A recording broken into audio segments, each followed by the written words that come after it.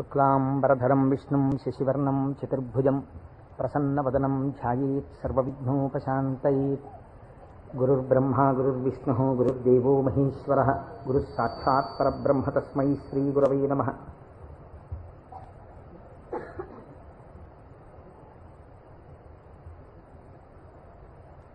వ్యాసాయ విష్ణురూపాయ వ్యాసరూపాయ విష్ణవే నమో వై బ్రహ్మనిధయే వాసిష్ఠాయ నమో నమః.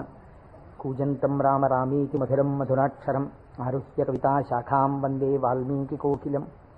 శ్రుతిస్మృతిపురాణానాం ఆలయం కరుణాలయం నమామి భగవత్పాదశంకరం లోకశంకరం. వాగర్ధావివ సంపృక్తౌ వాగర్ధప్రతిపత్తయే జగతః పితరౌ వందే పార్వతీపరమేశ్వరౌ. సూక్తిం సమగ్రయతున స్వయమేవ లక్ష్మీః శ్రీరంగరాజమహిషీమధురైకటాక్షైః. వైదగ్ధ్యవర్ణగుణగుంభనగౌరవైర్యాం కండూలకర్ణకుహరాः కవయోధయంతి. హైమోర్ధ్వపుండ్రమజహన్మకుటం సునాసం మందస్మితం మకరకుండలచారుగండం బింబాధరం బహుళదీర్ఘకృపాకటాక్షం. శ్రీవేంకటేశముఖమాత్మని సన్నిధత్తాం మనోజవం మరుతతుల్యవేగం జితేంద్రియం బుద్ధిమతాం వరిష్టం. వాతాత్మజం వనరయూధముఖ్యం శ్రీరామదూతం శిరసా నమామి.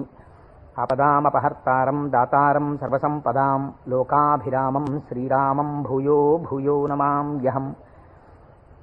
సింధూరారుణ విగ్రహాం త్రినయనాం మాణిక్యమౌళిస్ఫురత్తారానాయకశేఖరాం స్మితముఖీం ఆపీనవక్షోరుహాం. పాణిభ్యాం అడిపూర్ణరత్నచషకం రక్తోత్పలం బిభ్రతీం సౌమ్యాం రత్నఘటస్థరక్తచరణాం ధ్యాయేత్ పరేదంబికాం. హరి ఓం. పరమేశ్వర స్వరూపమైన సభకి నమస్కారం. ఇది ఉత్తరాయణ పుణ్యకాలం. దక్షిణాయనం పూర్తయి మనం ఉత్తరాయణంలోకి ప్రవేశించాం. ఈ ఉత్తరాయణ పుణ్యకాలంలో శివనామం ఒక్కసారి పలికిన వారు ఎవరైనా ఉన్నారా అని గమనిస్తారట. అంత మహోత్కృష్టమైన కాలం. విశేషించి అదృష్టం ఏమిటంటే మనం ప్రతిరోజు ప్రదోష వేళలో ఈ ఉపన్యాసాన్ని ప్రారంభం చేస్తాం.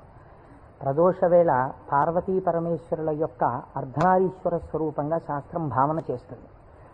అంత పరమ పవిత్రమైనటువంటి అసుర సంధ్య వేళలో సాక్షాత్తుగా శంకరుడు వృషభవాహనారూఢుడై ఈ భూమండలం మీద తిరుగుతూ శ్రీశైల పర్వతం మీద ఒక్కసారి దిగుతారట. అందుకే సంధ్యారంభ విజృంభితం శృతిశిరస్థానాంతరాధిష్ఠితం సప్రేమ భ్రమరాభిరామమసకృత్సద్వాసనాశోభితం భోగీంద్రాభరణం సమస్త సుమన పూజ్యం గుణావిష్కృతం సేవే శ్రీగిరి మల్లికార్జున మహాలింగం శివాలింగితం అంటారు. ఒక మద్ది చెట్టు నల్లుకున్నటువంటి మల్లెతీగని చూసినటువంటి శంకర భగవత్పాదులు పార్వతీదేవి చేత ఆలింగనము చేయబడిన పరమేశ్వర స్వరూపాన్ని శ్రీశైల పర్వత శిఖరముల మీద దర్శనం చేసినటువంటి మహోత్కృష్టమైన శ్లోకం అది. అటువంటి శివస్వరూపాన్ని మనం ప్రదోష వేళలో ప్రవచనంగా చేసుకునే ముందు శివపురాణం సామాన్యమైంది కాదు, చాలా పెద్ద గ్రంథం అది. అంత పెద్ద గ్రంథంలో మనకి ఉపయుక్తమైనవి ఉన్నాయి, చాలా జటిలమైనవి ఉన్నాయి. నిత్య జీవితంలో వాటిని అనుష్ఠానంలోకి తెచ్చుకోవడానికి అన్ని ఆశ్రమాలకి అలివి కానివి ఉన్నాయి. కనుక నేను అనుకున్నాను, శివాష్టోత్తర శతనామ స్తోత్రాన్ని ఉత్తరాయణ పుణ్యకాలం కనుక నేనేదో ప్రవచనం చేయడం కేవలం వినడం కాకుండా ప్రతిరోజు ఈ కార్డు పట్టుకుని వస్తే ప్రదోష వేళలో మనం ఇటువంటి దేవాలయంలో కూర్చుని చెప్పుకున్నటువంటి నామం 1,000,000 రెట్లు ఫలితం ఇస్తుంది. ఒక 30 రోజులో 40 రోజులో ఈ ప్రవచనాలు కొనసాగినప్పుడు మీరు ప్రతిరోజు ఈ నామాలు పలికారనుకోండి, 108 ఇంటూ 1,000,000 అంత నామం చేసినటువంటి ఫలితం మన ఖాతాలో ఈశ్వరుడు వేస్తాడు. దాని మీద వినడం శృణ్వం తపః, అది తపస్సు చేసినటువంటి ఫలితం అవుతుంది. ఉత్తరాయణ పుణ్యకాలంలో ఇంతకన్నా మనం చేసుకోగలిగినటువంటి మహద్భాగ్యం ఏముంటుంది? దీని మీద సుబ్రహ్మణ్యేశ్వర స్వామి వారికి ఇతపూర్వం నాకు తెలిసి కాకినాడ పట్టణంలో ఎన్నడూ జరగనంత అత్యద్భుతమైనటువంటి కార్యక్రమాన్ని మనం ఫిబ్రవరి 10, 11 తేదీలలో సుబ్రహ్మణ్యేశ్వర స్వామి వారి ఆవిర్భావము, తారకాసుర సంహారము, వల్లీ కళ్యాణము ఇవన్నీ శివపురాణాంతర్గతంగా వస్తాయి. ఇవన్నీ విన్న తరువాత 200 జంటలు పాలకావిళ్ళు ఎత్తి పట్టుకుని, కావిడి పట్టుకున్న వాళ్ళకి ఇంకా ఆచంద్రతారార్కం వంశాభివృద్ధి కోరికలు తీరుస్తానని పరమాత్మ ప్రకటించారు. ద్రవిడ దేశంలో అయితే కావిడి పట్టుకుని వెడుతుంటే సంతానము లేనటువంటి స్త్రీలు పడుకుని వారు దాటేటట్టుగా పడుకుంటారు. వారు దాటితే సుబ్రహ్మణ్యుడే దాటినట్టు. సంతానము కలగకుండా ఉన్నటువంటి ప్రతిబంధకము దానివల్ల తొలగిపోతుంది అని. అటువంటి ఉత్సవం నాకు తెలిసి జరగలేదు. పెద్దలు పూర్వం ఎవరైనా చేసి ఉండవచ్చు. అటువంటి ఉత్సవాన్ని మనం ఫిబ్రవరి 11వ తారీఖున చేసుకోబోతున్నాం ఇక్కడ. ఆ రోజున సుబ్రహ్మణ్య సంబంధంగా ఒక గొప్ప హోమం జరుగుతుంది. సుబ్రహ్మణ్యుడికి పాల కావిళ్ళు పట్టుకొచ్చిన కావిళ్లల్లో పాలతోటే అభిషేకం జరుగుతుంది. అదే రోజున స్వామివారికి సాయంకాలం వల్లీ కళ్యాణం జరుగుతుంది. బహుశా వల్లీ కళ్యాణం జరగడం అన్నది మనం చాలా తక్కువగా చూసాం. వల్లీ కళ్యాణం ఆ రోజు సాయంకాలం ఇక్కడ జరుగుతుంది. ఇది కాకుండా ఇంకా కొన్ని విశేష కార్యక్రమాలు ఇందులో మన జీవితాలు ధన్యమయ్యేటట్టుగా అనుసంధానం చేస్తాం. ఆయా ఘట్టాలు వచ్చినప్పుడు వాటిని మీకు ముందుగానే విజ్ఞాపన చేస్తాను. కనుక శివపురాణాన్ని మనం శివాష్టోత్తర శతనామ స్తోత్రంతో అనుసంధానం చేసుకుంటే ఈ ప్రవచనాలు అయిపోయిన తరువాత కూడా మీరు ఎప్పుడైనా ఇంటి దగ్గర కూర్చుని నామాలు చదువుకుంటుంటే మనస్సు తొందరగా రమిస్తుంది. ఎందుచేత అంటే శివో మహేశ్వర శంభు పినాకి శశిశేఖర అని చదవడం వేరు. శివ అనగానే మొదటి నామం దగ్గర మీకు కొన్ని విషయాలు జ్ఞాపకానికి వచ్చాయనుకోండి, మనస్సు ఏమవుతుందంటే అటు ఇటు వెళ్ళదు, అందులోకి వెళ్ళిపోయి ఏదో ఒక నామంలో ఒక ఘట్టం ఏదో మీకు జ్ఞాపకం వచ్చి దాని గురించి ఆలోచిస్తూ మీరు నామాలన్నీ చదివేశారనుకోండి, ఇప్పుడు మీరు 108 నామాలు దీక్షతో తపస్సుగా చేసిన ఫలితం వస్తుంది. అది అర్థం తెలియకుండా చదువుతున్నారనుకోండి, మనస్సు చించలమై ఎక్కడికో వెళితే నామం చెప్పిన ఫలితం ఉంటుంది, కానీ మనస్సు లగ్నం కాదు. మనస్సుని కూడా ఏకీకృతం చేసేటటువంటి ప్రయత్నంలో భాగంగా శివమహాపురాణాన్ని శివాష్టోత్తర శతనామ స్తోత్రంతో అనుసంధానం చేస్తే మనందరికీ ఎక్కువ ప్రయోజనకరంగా ఉంటుంది అని నాకు అనిపించింది. పైగా అందరూ చక్కగా ప్రదోష వేళలో శివనామం చెప్పేటటువంటి అదృష్టాన్ని పొందుతారనిపించింది. నేను అంటాను, మీరు కూడా అనండి. ఇది అయిన తర్వాత నేను ప్రవచనం ప్రారంభం చేస్తాను. ఇవాళే కాదు, ప్రతిరోజు. ఇవాళంటే కొద్దిగా మనకు ప్రారంభం కాబట్టి ఆలస్యం అయింది, రేపటి నుంచి అలా ఉండదు ఖచ్చితంగా. ఎందుకంటే ప్రదోష వేళలో ఈ నామాలు చదవాలి కాబట్టి 6:30 అయ్యేటప్పటికి ఈ నామాలు చదవడం ప్రారంభం చేసేస్తాం. ఎందుకంటే ప్రదోష వేళలో చదివినటువంటి దాని ఫలితం మీరు శివమహాపురాణంలో విందురు గాని దాని శక్తి ఎలా వెళ్ళిపోతుందో చూద్దురు గాని.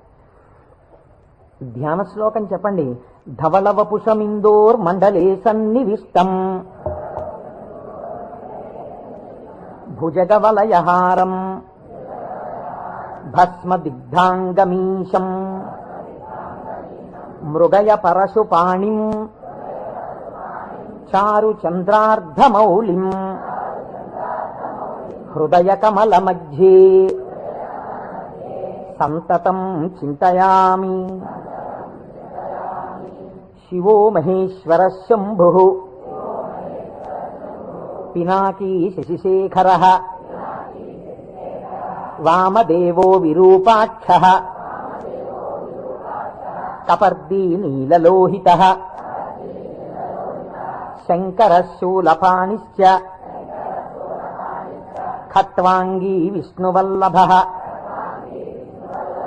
శిపి విష్ణోంబికానాథ. శశి విష్ణు కాదండి, అది పొరపాటు పడింది. శిపి విష్ణోంబికానాథ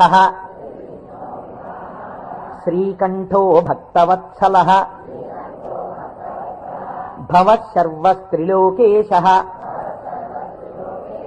సితికంఠ శివాప్రియ ఉగ్రకపాలీ కామారీ అంధకాసురసూదన గంగాధరో లలాటాక్ష కాళకాళ కృపానిధి భీమః పరశుహస్తశ్చ మృగపాణిర్జటాధరః కైలాసవాసీ కవచీ కఠోరస్త్రిపురాంతకః వృషాంకో వృషభారూఢో భస్మోద్ధూళిత విగ్రహః సామప్రియః సర్వమయః త్రైమూర్తిరనీశ్వరః సర్వజ్ఞ పరమాత్మా చ సోమసూర్యాగ్నిలోచనః హవిర్యజ్ఞమయః సోమః పంచవక్త్రః సదాశివః విశ్వేశ్వరో వీరభద్రో గణనాథ ప్రజాపతిః హిరణ్యరేతా దుర్ధర్షో గిరిశో గిరీశో నగః భుజంగభూషణో భర్గో గిరిధన్వీ గిరిప్రియ కృత్తివాసాః పురారాతిః భగవాన్ ప్రమదాధిపః మృత్యుంజయః సూక్ష్మతనుః జగద్వ్యాపీ జగద్గురుః వ్యోమకేశో మహాసేనః జనకశ్చారు విక్రమ మహాసేన జనకశ్చారు విక్రమః రుద్రో భూతపతిస్థాణుః అహిర్భూజ్ఞో దిగంబరః అష్టమూర్తిరనేకాత్మా సాత్విక శుద్ధ విగ్రహః శాశ్వత ఖండపరశుః అజపాశ విమోచకః మృఢ పశుపతిర్దేవో మహాదేవో వ్యయో హరిః పూషదంతభిదవ్యగ్రో దక్షాధ్వర హరోహరః భగనేత్రభిదవ్యక్తః సహస్రాక్ష సహస్రపాత్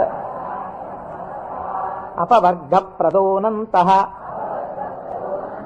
తారక పరమేశ్వరః ఏవం శ్రీశంభుదేవస్య నామ్నామస్తోత్తరం శతం. శ్రీ శివాష్టోత్తరశతనామస్తోత్రం సమాప్తం.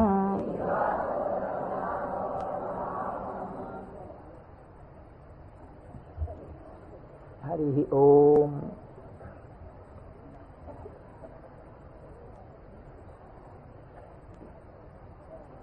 శివ అన్న శబ్దమే చాలా గొప్పది. ఈ శివాష్టోత్తర శతనామ స్తోత్ర ప్రారంభం కూడా శివశబ్దంతో ప్రారంభమైంది.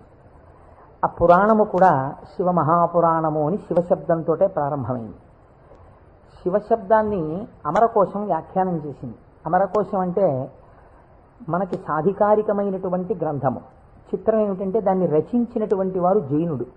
అమరసింహుడు అనబడేటటువంటి ఒక జైనుడు ఆయన అమరకోశాన్ని రచించి దానితో పాటుగా అనేక గ్రంథాలని రచించారు. కానీ వారు శంకర భగవత్పాదాచార్య స్వామి వారితో వాదనకి దిగినప్పుడు శంకరుల చేతిలో ఓడిపోయారు. ఓడిపోయినప్పుడు ఆయనకి బాధ కలిగింది. నేను శంకరాచార్యుల వారి చేతిలో ఓడిపోయాను కనుక నేను రచించినటువంటి గ్రంథములన్నీ కూడా పనికిమాలినవైపోయాయని ఆయన ఆ గ్రంథములన్నింటినీ తగలబెట్టేశారు. తగలబెట్టేసినప్పుడు శంకర భగవత్పాదాచార్య స్వామి వారికి తెలిసి, వారు బహు కారుణికులు, కారుణ్యమూర్తి శంకరులంటే, వారు గబగబా వచ్చి, ఎంత పని చేశావయ్యా, గ్రంథాలను ఎందుకు తగలబెట్టేశావు అని ఉన్న ఒకే ఒక గ్రంథం, మిగిలిపోయినటువంటి గ్రంథం అమరకోశం. అమరకోశానికి ఉన్నటువంటి గొప్పతనం ఏమిటంటే అది మన సనాతన ధర్మములకు సంబంధించినటువంటి నామముల విషయంలో ఏ పక్షపాతం లేకుండా చక్కగా శృతి ఎలా ప్రతిపాదించిందో, స్మృతులు పురాణములు ఎలా ప్రతిపాదించాయో, తాత్వికమైనటువంటి విషయాల్ని, నామములకు అనేకమైన విషయములకు ఉండేటటువంటి అర్థాలని అలా ప్రతిపాదన చేశాడు అమరసింహుడు. దాన్ని అమరకోశము అని పిలుస్తారు. మనం ఏదైనా ఒక విషయాన్ని ప్రతిపాదన చేసే ముందు సాధారణంగా ఒక్కసారి అమరకోశాన్ని చూస్తూ ఉంటారు. శివశబ్దాన్ని అమరకోశం వ్యాఖ్యానం చేసింది.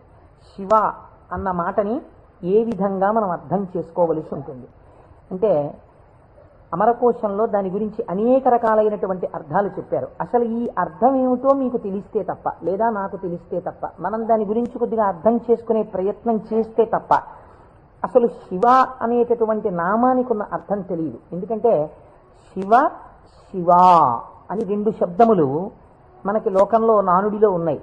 శివ అంటే శంకరుడు, శివ అంటే పార్వతీదేవి, ఆయన యొక్క శక్తి స్వరూపం. శివ అంటే అమరకోశం అంటుంది, శామ్యతి పరమానంద రూపత్వ నిర్వికారో భవతీతి శివ. నిర్వికారుడై, నిర్వికారుడు అంటే మనకి వికారములు ఉంటాయి. నేను తరచూ మీకు ప్రస్తావన చేస్తుంటాను, ఈ జగత్తులో ఉన్నటువంటి సమస్త ప్రాణులకు, సమస్త జీవులకు 6 వికారములు ఉంటాయి. ఇవి షడ్వికారములు అంటారు. కాలములో ఏదైనా వచ్చిందనుకోండి, దానికి పుట్టినటువంటి తేదీ అని ఒకటి ఉంటుంది. పుట్టిన తేదీ అన్నది పడినది అంటే మీరు ఒకటి గుర్తుపెట్టుకోవాలి, అది షడ్వికారములకు లోనైపోతుంది. ఈ భావన మీ మనస్సులో బాగా రూఢమైందనుకోండి, బాగా పూనుకుందనుకోండి, అసలు సగానికి సగం లోకం పట్ల ఉండేటటువంటి తాదాత్మ్యత తగ్గిపోతుంది.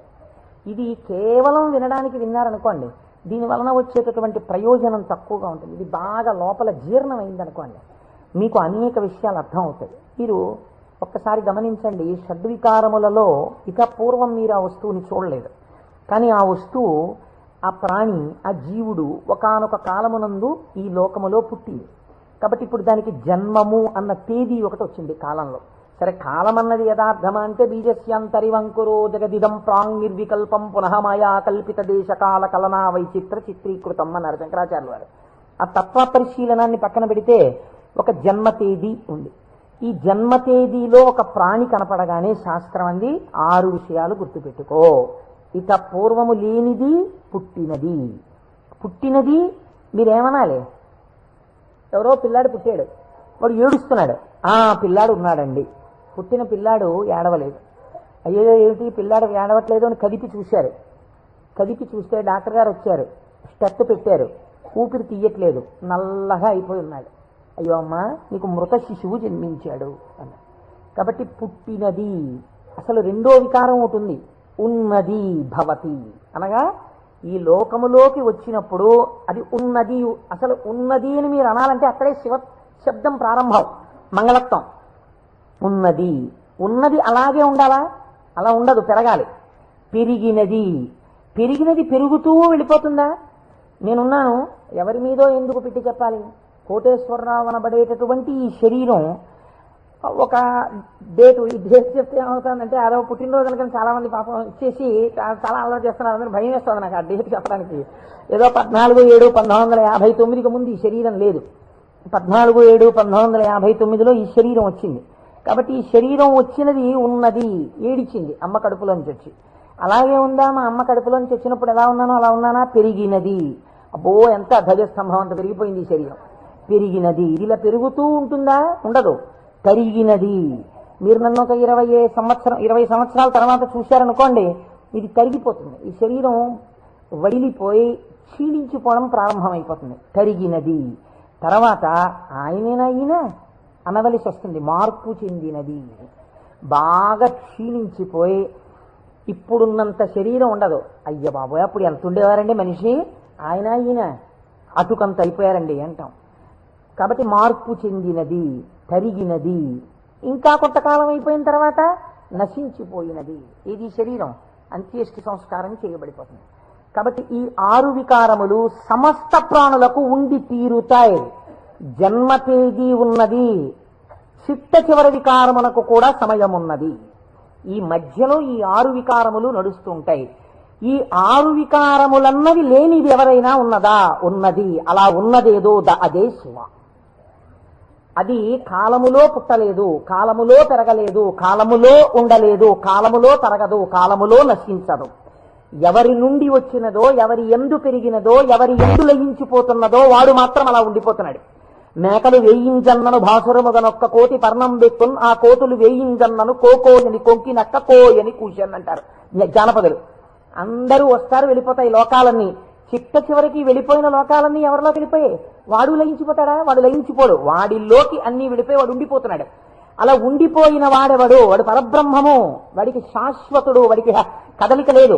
వాడు ముందున్నాడు, చివరా ఉన్నాడు. అలా ఉన్నవాడెవడో వాడు నిర్వికారుడు. వాడికి వికారములు లేవు. వాడికి వికారం లేదు కాబట్టి వాడు ఎలా ఉంటాడు? వాడి జుట్టు తెల్లబడదు కదండి, వాడికి ముసలితనం లేదు, కాలము లొంగదీయలేడు. కాబట్టి ఇప్పుడు వాడు నిత్య యవ్వనుడు. అందుకే శివుడి గురించి చెప్పినా, అమ్మవారి గురించి చెప్పినా మనం ఏం చెప్తామంటే నమశివాభ్యాం నవయవ్వనాభ్యాం అంటాం. ఈ శ్లోకం మా ముత్తాత గారు చెప్పారు, అప్పుడు నవయవ్వనులే వాళ్ళు. మా తాతగారు చెప్పారు, అప్పుడు నవయవ్వనులే వాళ్ళు. మా ముత్తాత గారు వెళ్ళిపోయారు, మా తాతగారు వెళ్ళిపోయారు, మా తండ్రి గారు చేశారు కొంతకాలం ఆ శ్లోకాలు, మా తండ్రి గారు వెళ్ళిపోయారు. ఇప్పుడు నేను చేస్తున్నాను. నేను చెప్పిన నమశివాభ్యాం నవయవ్వనాభ్యాం పరస్పరాశ్లిష్టవపుద్ధరాభ్యాం. అదేమిటంటే మా ముత్తాతగారు, తాతగారు, తండ్రి గారు, నేను 4 తరాలు మారిపోయా, ఇంకా నవయవ్వనాభ్యామేనా? ఆ శ్లోకం మార్చద్దా? వృద్ధాప్యం రాదా? రాదు. ఎందుకు రాదు? మీరు కాలమునకు వశులై కాలమునందు మార్పు మీకు వస్తుంది. కాలస్వరూపములో మీ యందు మార్పులు తెచ్చేవాడెవడున్నాడో వాడు మార్పునకు అతీతుడుగా సాక్షిగా ఉన్నాడు. కదిలే వస్తువుకి కదలని వస్తువు ఆధారమై ఉంటుంది. మీరు బాగా జ్ఞాపకం పెట్టుకోండి. కదిలే వస్తువుకి గడియారానికి ఉన్నటువంటి పెంజూలం ఊగాలనుకోండి, పెంజూలంని పట్టుకున్నటువంటి స్ప్రింగ్ ఊగకూడదు. స్ప్రింగ్ కూడా ఊగడం మొదలెట్టింది అనుకోండి, ఇంకేంటి అలా ఊగదు. స్ప్రింగ్ నిలకడగా ఉంటుంది, పెంజూలం ఊగుతూ ఉంటుంది. ఒక కదిలే వస్తువుకి ఒక కదలని వస్తువు ఎప్పుడూ కూడా ఆధారమై ఉంటుంది. వికారములు కలిగిన జగత్తుకు ఏది వికారములకు అతీతమై ఉన్నదో అది ఆధారమై ఉన్నది. దాని యందే ఈ సమస్త జగత్తు పుట్టి పెరిగి లయించుచున్నది. అటువంటిదేదో అది వికారాతీత స్థితి కలిగినటువంటి పరబ్రహ్మము. దానిని నువ్వు ఒక నామవాచకంతో పిలవాలనుకుంటే శివ అని పిలవవచ్చు. కాబట్టి ఇప్పుడు శివశబ్దం ఎవరిని చెప్తోంది? పరబ్రహ్మాన్ని చెప్తోంది. ఇప్పుడు ఆయన ఎలా ఉంటారు? నిర్వికారమై నిరంజనమై. ఇదే కదండి శివకవచం మాట్లాడుతుంది పూర్వభాగంలో. ఆయన యొక్క స్థితిని ఆయన ఎలా నిర్వికారుడై ఉంటాడో చెప్తుంది. ఇటువంటి పరమాత్మ స్వరూపం మీ కన్నులకు కనపడుతుందా? వికారము పొందుతున్న జగత్తు మీకు కనపడుతుంది, కానీ వికారములు పొందుతున్నటువంటి జగత్తుకి తను ఆధారముగా ఉన్నవాడు మీకు కనపడతాడా? కనపడడు. ఈయనకి ఒక రూపం తీసుకొచ్చి చూస్తే ఎలా ఉంటాడు అంటే, అమరకోశంలో ఎంత అందంగా మాట్లాడాడో చూడండి. అమరసింహుడు పరమానంద రూపత్వ, ఆయన పరమానందమును పొందుతూ ఉంటాడు. ఎందుకని? మన అందరికీ సుఖ దుఃఖాలని ద్వంద్వాలుంటాయి, ఎప్పుడూ ఆనందంతో ఉండం. ఆయనకి వికారాలు ఏమీ లేవు, అందుకని ఆయన ఎప్పుడూ పరమానందంతో ఉంటాడు. ఎక్కడుంది పరమానందం? బయట ఉన్న వస్తువుల వల్ల ఆనందం కాదు, లోపలే ఉంది ఆనందం. ఆ ఆనందంతో తన్మయాన్ని పొందుతూ ఉంటాడు. అది నోటితో చెప్పడం కుదరదు. ఇప్పుడు ఎలా చెప్పాలి అంటే, పద్మాసనం వేసుకుని చేతులు రెండు ఇలా పెట్టుకుని కన్నులు ఇలా అరమోట్పు కన్నులతో ఉండి తనలో తాను రమిస్తూ కనపడుతుంటాడు. శంకరుడి యొక్క ఫోటో మీరు చూశారనుకోండి, చూస్తే ఆయన అరమోట్పు కన్నులతో కూర్చుని సంతోషంతో ఆనందంతో ఉన్నట్టుంటాడు. ఇందులో ఇంకా లోకరక్షణ హేతువుగా అభయముద్ర పట్టినట్టుగా ఉంది. ఆయన అరమోట్పు కన్నులతో ఆనందంతో రమించిపోతున్నట్టుగా ఉంటుంది శివస్వరూపం. అంటే ఘనీభవించినటువంటి ఆనంద స్వరూపమే పరమాత్మ యొక్క స్వరూపం. పరమాత్మ నిత్యానందము ఏది ఉన్నదో దాన్ని రాశీభూతం చేస్తే అదే శివ. కాబట్టి ఇప్పుడు పరమాత్మ యొక్క స్వరూపమేమి? ఆనంద ఘనమే పరమాత్మ. కాబట్టి ఇప్పుడు ఆయన అన్ని వికారములకు అతీతుడై తనలో తాను రమించిపోతూ ఆనందపడిపోతూ ఉండేవాడెవరో అంటే, కదలిక ఉండదు ఇంకా మనస్సులో, అన్ని అరికట్టి లోపల ఉన్నటువంటి ఆనందంతో తాను కలిసిపోయి తానే చిదానంద రూపుడై ఉంటాడు. దీనికి మీకు పోలిక చెప్పాలంటే ఒక్కటి కుదురుతుంది. మనం కదులుతున్నటువంటి తరంగములు కలిగిన సరోవరాలం. మీరు చూడండి, అందుకే నిద్ర లేవగానే ఏది ప్రారంభం అవుతుంది పనిచేయి మీకు ప్రారంభంలో నిద్ర లేచారు అనగానే, నిద్ర లేవడం అంటే ఏమిటో తెలుసా అండి? శరీరం లేవడం కాదు. ముందు ఏది లేస్తుందో తెలుసా? పరమాత్మతో రమిస్తున్నటువంటి మనస్సు విడివడుతుంది. విడివడి అది సంకల్ప వికల్ప సంఘాతం. అది వెంటనే ఒక ఆలోచన మొదలెడుతుంది. మొదట ఆలోచన ఏమిటి? తెల్లవారిపోయింది. ఈ తెల్లవారిపోయిందన్న మొట్టమొదటి ఆలోచన అది చెయ్యగానే నిర్మలంగా ఉన్నటువంటి నీళ్ళ దగ్గరికి వెళ్ళి మీరు ఒక చిన్న రాయి తీసుకుని ఇలా వేశారనుకోండి, అదేం చేస్తుందంటే ఇలా ఒక తరంగం కదులుతుంది. కదిలి అలా వెడుతుంది. ఇది ఒక్కటే వెళ్ళదు, ఇది వెడుతూ ఇంకో తరంగాన్ని తయారు చేస్తుంది, ఇంకో తరంగాన్ని తయారు చేస్తుంది. అలా కదులుతూ తరంగాలుగా ఒక కదలిక రాగానే ఇంకో కదలిక వస్తుంది. తెల్లవారిపోయింది, ఇవాళే నువ్వు శివమహాపురాణం మొదలెట్టాలి, ఇవాళే నువ్వు ఫలానా వాళ్ళ ఇంటికి వెళ్ళి ఒక్కసారి ఆశీర్వచనం చెయ్యాలి, చూసావా తెల్లవారిపోతుంది గబగబా సంధ్యావందనం చెయ్యాలి. ఒకదాని వెనక ఒకటి సంకల్పాలు వచ్చేస్తాయి. ఇవి సుఖములకు దుఃఖములకు కూడా హేతువులు అవుతుంటాయి. ఈ సంకల్పాతీతుడై సంకల్పములు దేనిలోంచి పుడుతున్నాయో అది తానై నిరంజన స్వరూపమై ఆనంద ఘనమై కూర్చున్నవాడెవరో వాడు పరమాత్మ, వాడు శంకరుడు. కాబట్టి శివుడు ఆయన ఇక్కడే సమస్తాన్ని చూస్తుంటాడు. అటువంటి ఆనంద ఘనమునకు శివ అని పేరు. ఇప్పుడు దీనివల్ల మీకేం తెలుస్తోంది? మనుష్య జన్మ యొక్క చిట్ట చివరి ప్రయోజనం ఏమి? ఆ ఆనందము మీరే అగుక. అటువంటి ఆనంద స్వరూపులుగా మీరు మారడమే మనుష్య జన్మ యొక్క ప్రయోజనం. దానికే మోక్షము అని పేరు. కాబట్టి ఇప్పుడు అటువంటి మోక్షస్థితిని పొందాలనుకున్న వాళ్ళకి ఎవరు ఆరాధ్య దైవము? శివుడే. కాబట్టి శివయోగోధ్యేయ శివంకర. కాబట్టి ఏమండి మీరు చెప్పింది బాగుంది, కానీ మేము గృహస్థాశ్రమంలో ఉన్నాం కదా, మాకు భార్య బిడ్డలు ఉన్నారు కదా, మాకు సంకల్పాలు ఏవి వద్దు అని మేమందరం కూడా ఇలా ముక్కు మూసుకుని లేచిన దగ్గర నుంచి ఏదో సంధ్యావందనం చేసుకుని ఒక పూజా మందిరంలో ఇలా కూర్చుండిపోతే, మనస్సుని అంతర్ముఖం చేసే ప్రయత్నం చేస్తూ ఏదో లోపల ఉన్నటువంటి ఆ వస్తువుని కనిపెట్టే ప్రయత్నం చేస్తూ మేము ఉండిపోతే నా భార్య పరిస్థితి ఏమిటి, నా పిల్లల పరిస్థితి ఏమిటి? అసలు మరి గృహస్థాశ్రమంలో ఉండి కొన్ని కోరికలంటూ ఉంటాయి కదా, మరి తప్పదు కదా. అప్పుడు ఈ స్వరూపాన్ని పట్టుకుంటే ఉపయోగమే ఉండదు. ఆయన ఇంకేమీ అలా కోరికలు తీర్చడాలు అలా ఏమి ఉండవా? కేవలం ఆనందం మోక్షం ఇంటి అనే పరిస్థితి కాదు. కాదు అమరకోశం అంది వెంటనే మళ్ళీ చేరతే సజ్జన మనాం స్మస్మిన్నితిగా. ఈయన యందు సజ్జనుల యొక్క మనస్సు రమించుచుండును. ఈ మాటని మీరు చాలా గట్టిగా పట్టుకోవాల్సి ఉంటుంది. మీకు చూడండి, నేను ఇంతకన్నా మీకు ఉదాహరణ చెప్పడానికి సాధ్యం కాదు. ఇంకా వంటింట్లో ఒక పంపు ఉంటుంది, బాత్రూంలో ఓ పంపు ఉంటుంది, వరండాలో ఒక పంపు ఉంటుంది వాష్ బేసిన్ దగ్గర. మీకు ఇంకా అవసరం అనుకున్నారనుకోండి, ఏదో మీరు భోజనాలు చేసే గదిలో చేతులు కడుక్కోవడానికి ఒక పంపు ఉంటుంది. ఇన్ని పంపుల్లోనూ మీకు ఏకకాలమునందు ఎక్కడ విప్పినా నీళ్లు రావాలనుకోండి, ఏది నింపాలి? ఏ పంపు కొట్టంలో నీళ్లు పోస్తారా? ఓవర్ హెడ్ వాటర్ ట్యాంక్లో నీళ్లు పోస్తారు. ఓవర్ హెడ్ వాటర్ ట్యాంక్లో నీళ్లు పోస్తే అన్ని పంపుల్లోనూ నీళ్లు వచ్చినట్టు శివస్వరూపాన్ని పట్టుకుంటే అది ఏ రూపంగా, ఏ రకంగా, ఏ విభూతితో, ఏ లక్షణంతో, ఏ గుణంగా మీ మనస్సు ఇష్టపడిన ఏ విధానంగా ఒక్కదాన్ని మీరు పట్టుకుని రమించిపోవడం ప్రారంభించినా అది మీకు కావలసిన సమస్తాన్ని ఇస్తుంది. అలా ఇవ్వగలదు. దానికి ఆ శక్తి ఉన్నది. అది మిమ్మల్ని కాపాడుకుని వస్తుంది. మీరు చూడండి, గొడుగు ఒక్కటి ఇలా పట్టుకున్నారండి, ఇలా గొడుగు పట్టుకుని వెళ్ళిపోతున్నారు. ఇలా గొడుగు పట్టుకు వెళ్ళిపోతుంటే బయట మంచి ఎండ కాసింది. ఇప్పుడు ఆ గొడుగు మిమ్మల్ని రక్షిస్తుందా, రక్షించదా? రక్షిస్తుంది. మీరు వెళ్ళిపోతుండగా మంచి మబ్బు పట్టి వాన ప్రారంభమైంది. గొడుగు రక్షిస్తుందా, రక్షించదా? రక్షిస్తుంది. వాన తగ్గిపోతోంది, ఇంకా కొద్దిగా ఎండ వస్తే బయలుదేరదాం అనుకుని మీరు చెట్టు కింద నించున్నారు. ఒక పక్షి పై నుంచి రెట్ట వేసింది. మీ మీద పడకుండా గొడుగు రక్షిస్తుందా, రక్షించదా? రక్షిస్తుంది. ఒక గొడుగు మీకు శీతలము నుండి, ఉష్ణము నుండి, జలధార నుండి, పక్షి రెట్ట నుండి ఇన్నిటి నుంచి కాపాడినప్పుడు పరమాత్మని పట్టుకున్న వాడి కోరికలు కూడా అన్ని భంగులా తీరుతాయి. మీకు ఏది కావాలో అది వాడు ఇవ్వగలడని మీరు ఎలా అనుకోవట్లేదు? అచేతనమైన ఒక గొడుగు మీకు ఇన్నింటిని ఇవ్వగలిగినప్పుడు మీరు పట్టుకున్న పరమాత్మ మీకు ఏది అవసరమో అది మీకు ఇవ్వడని మీరు ఎలా అనుకుంటున్నారు? మీకు ఏది కావాలో మీరు అడగక్కర్లేకుండా మీకు తీరుస్తాడు. అది గొప్ప. మీరు శాస్త్రంలో ఒక మర్యాద తెలుసుకోవాలి. మీరు అడిగితే ఇచ్చినవాడు గొప్పవాడు కాదండి. మీరు వెళ్ళి అడిగారనుకోండి, వెంటనే మీరు జీవితంలో చాలా దిగజారిపోయినట్లయిపోతుంది.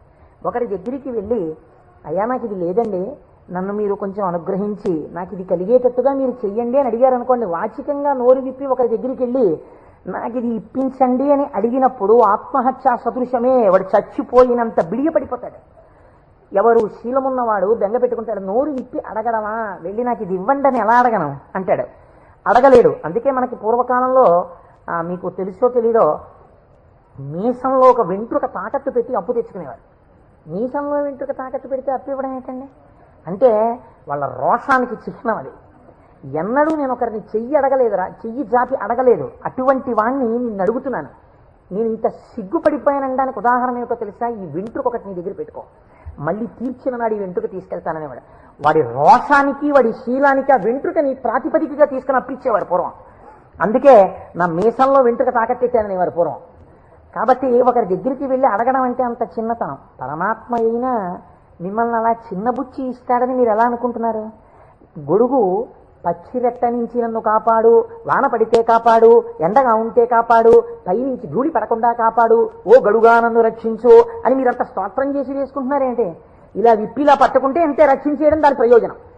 అలా మీరు శివస్వరూపాన్ని పట్టుకుంటే, ఎలా పట్టుకున్నా సరే, అంటే ఎలా పట్టుకోవాలంటే అభిషేకాలు చేయాలా, పూజలు చేయాలా, లేకపోతే దాని స్వరూపం బాగా తెలుసుకోవాలా, అర్థం అవ్వాలా? కాదు. మీ మనస్సు ఏదో ఒక విషయంలో రమించింది అంతే, అది చాలు. మిమ్మల్ని మీకు రక్షణ కల్పించడానికి అది హేతు అవుతుంది. మీకు నేను ఒక ఉదాహరణ చెప్తాను. మీరు దాని వలన దీని వ్యాఖ్యానాన్ని బాగా పట్టుకోగలుగుతారు. నాయనార్లని మళ్ళీ నేను ఏదో లౌకికమైన ఉదాహరణ ఎందుకు తేవాలి, మనకి 63 నాయనార్లు ఉన్నారు. అంటే శివుని యొక్క అనుగ్రహము చేత తరించిపోయిన మహాపురుషులు. ఆ 63 నాయనార్లో గుగ్గుల కలయ నాయనార్ అని ఒక ఆయనకి ముందు అసలు గుగ్గుల అన్న పేరు కలపలేదు. కలయ నాయనార్ ఆయన పేరు. అమృత ఘటేశ్వరుడు ఉన్న క్షేత్రంలో పుట్టారు ఆయన పేరు కలయ. అందుకని ఈయన పేరు కూడా కలయ అని పిలుస్తూ ఉండేవారు. ఈ కలయ నాయనారికి ఒక లక్షణం ఉండేది. ఆయన చేసే పూజ ఏమిటో తెలుసా అండి? ఆయన ఎప్పుడు భగవంతుడి దగ్గర కూర్చొని అనుకునేవాడు, సుగంధిం పుష్టివర్ధనం అంటారు కదా, త్రయంబకం అని పిలుస్తారు కదా, 3 కన్నులు ఉంటాయి కదా, ఆయన వస్తుంటే సువాసనలు వస్తాయి కదా. ఆనాడు మార్కండేయుడు శివలింగాన్ని గట్టిగా కౌగిలించుకుని చంద్రశేఖర చంద్రశేఖర చంద్రశేఖర పాహిమాం అని అంటుండగా యమధర్మరాజుని శిక్షించి మార్కండేయుడిని రక్షించడానికి శివలింగంలోంచి ఆవిర్భవించాడు కదా. ఆవిర్భవించినప్పుడు శివుడి కన్నా ముందు శివుని యొక్క సువాసనలు మార్కండేయుడు పీల్చి ఉంటాడు కదా. శివుడు వచ్చేసాడని పొంగిపోయి ఉంటాడు కదా. ఎంతకీ రానిటువంటి రైలు వచ్చేస్తోందని అనౌన్స్ చేసినప్పుడు ఎంత ఆనందం పొందేస్తామో, ముందు అనౌన్స్మెంటు, తర్వాత రైలు ఇంజను కనపడగానే పొంగిపోయినట్టు సుగంధిం, ఆ సువాసనలు వస్తుంటే ఎంత పొంగిపోయి ఉంటాడు కదా మార్కండేయుడు. నా పూనిక ఫలించింది, వచ్చేశాడు పరమాత్మ, అదిగో శంకరుడు, అదిగో సుగంధిం, సువాసనలు వచ్చాయి అని ఆ చంద్రశేఖర చంద్రశేఖర అన్నది ఒక్కసారి ఆపేసి ఏడి శివుడిని ఆ సువాసనల వంకి ఇలా చూస్తూ నిలబడిపోయి ఉంటాడు కదా. కాబట్టి శివుడి యొక్క సువాసన అలా ఉంటుంది కదా అని పొంగిపోతూ నేను అలాంటి వాసన పీలుద్దామని, ఆయన మహాైశ్వర్యవంతుడు కలయనాయనార్. రోజు ఇంత గుగ్గిలం పట్టుకొచ్చి ఆ గుగ్గిలం వెలిగించి గుగ్గిలం ధూపం వేసేవాడు. ఆ ధూపం అంతా పూజ గదంతా నిండిపోతే అందులో కూర్చుని మార్కండేయుడు ఇలాగే వాసన పీల్చి ఉండి ఉంటాడు. ఆనాడు అర్జునుడు గబగబా వెళ్ళి తన గాంధీవం ఎత్తి కొడుతున్నప్పుడు శివుడి దగ్గరికి వెళ్ళినప్పుడు వాసనలు ఇలాగే వచ్చి ఉంటాయి అని ఆ వాసనలు పీలుస్తూ కళ్ళు మూసేసుకుని ఇవే శంకరుడి శరీరంలోంచి వస్తున్న వాసనలు, ఇక్కడే శివుడు ఉన్నాడని రోమాంచితం అయిపోయి పరవశించిపోతూ సమాధి స్థితిలోకి వెళ్ళిపోయేలా ఉండిపోతుండేవాడు ఆయన. మీరు చూడండి, భగవంతుణ్ణి పట్టుకోవాలనుకున్నవాడు ఏమంటే మాకు పూజ కుదరట్లేదండి, మాకు ఈ స్తోత్రం రావట్లేదండి అంటాం మనం. మన బతుకంతా ఎక్కడ ఆగిపోతుందంటే దీపంలో 2 ఒత్తులు వేయాలా, 1 ఒత్తి వేయాలా.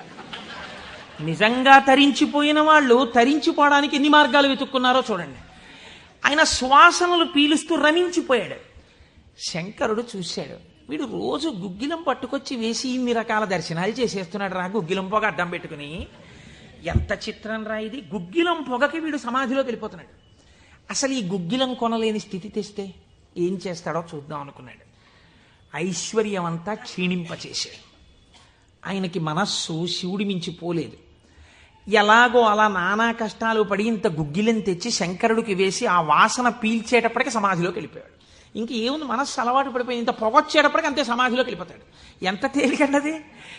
అగరత్తు వెలిగించకుండా ఉంటాం కదా, అగరత్తు వెలిగిస్తే గుగ్గిలం అయినా సమాధిలోకి వెళ్ళిపోతాడు అంతే. ఈ స్థితి చూసి శంకరుడు భార్యాబిడ్డలు తినడానికి కూడా అన్నం మెతుకు లేకుండా చేశాడు. చూద్దాం ఏం చేస్తాడు. భార్యాబిడ్డలు పస్తులున్నారు. అన్నమో రామచంద్ర అని ఆ భార్య మహాపతివ్రత. ఆవిడ తన మెడలో ఉన్నటువంటి మంగళసూత్రాన్ని తీసి నాయనారికిచ్చి, అయ్యా మీరిది పట్టుకెళ్ళి వెలకట్టి అమ్మించి డబ్బు పట్టుకుని రండి, దాంతో మనం కొన్నాళ్ళు భోజనం చేద్దామని. తప్పకుండా తీసుకొస్తానని ఆ మంగళసూత్రాలు చేతిలో పట్టుకుని శివ శివ శివ శివ అని సంతోషపడిపోతూ వెళ్ళిపోతున్నాడు. శంకరుడు ఒక పెద్ద బండిలో గుగ్గిలం బస్తాలు వేసుకుని ఎదురొచ్చాడు. మళ్ళీ దొరకవుట గుగ్గిలం, అందుకని చెప్పి బస్తాలు కొనుక్కెడుతున్నాను, ఎవరైనా కావాలంటే కొనుక్కోండి అని అరిచాడు.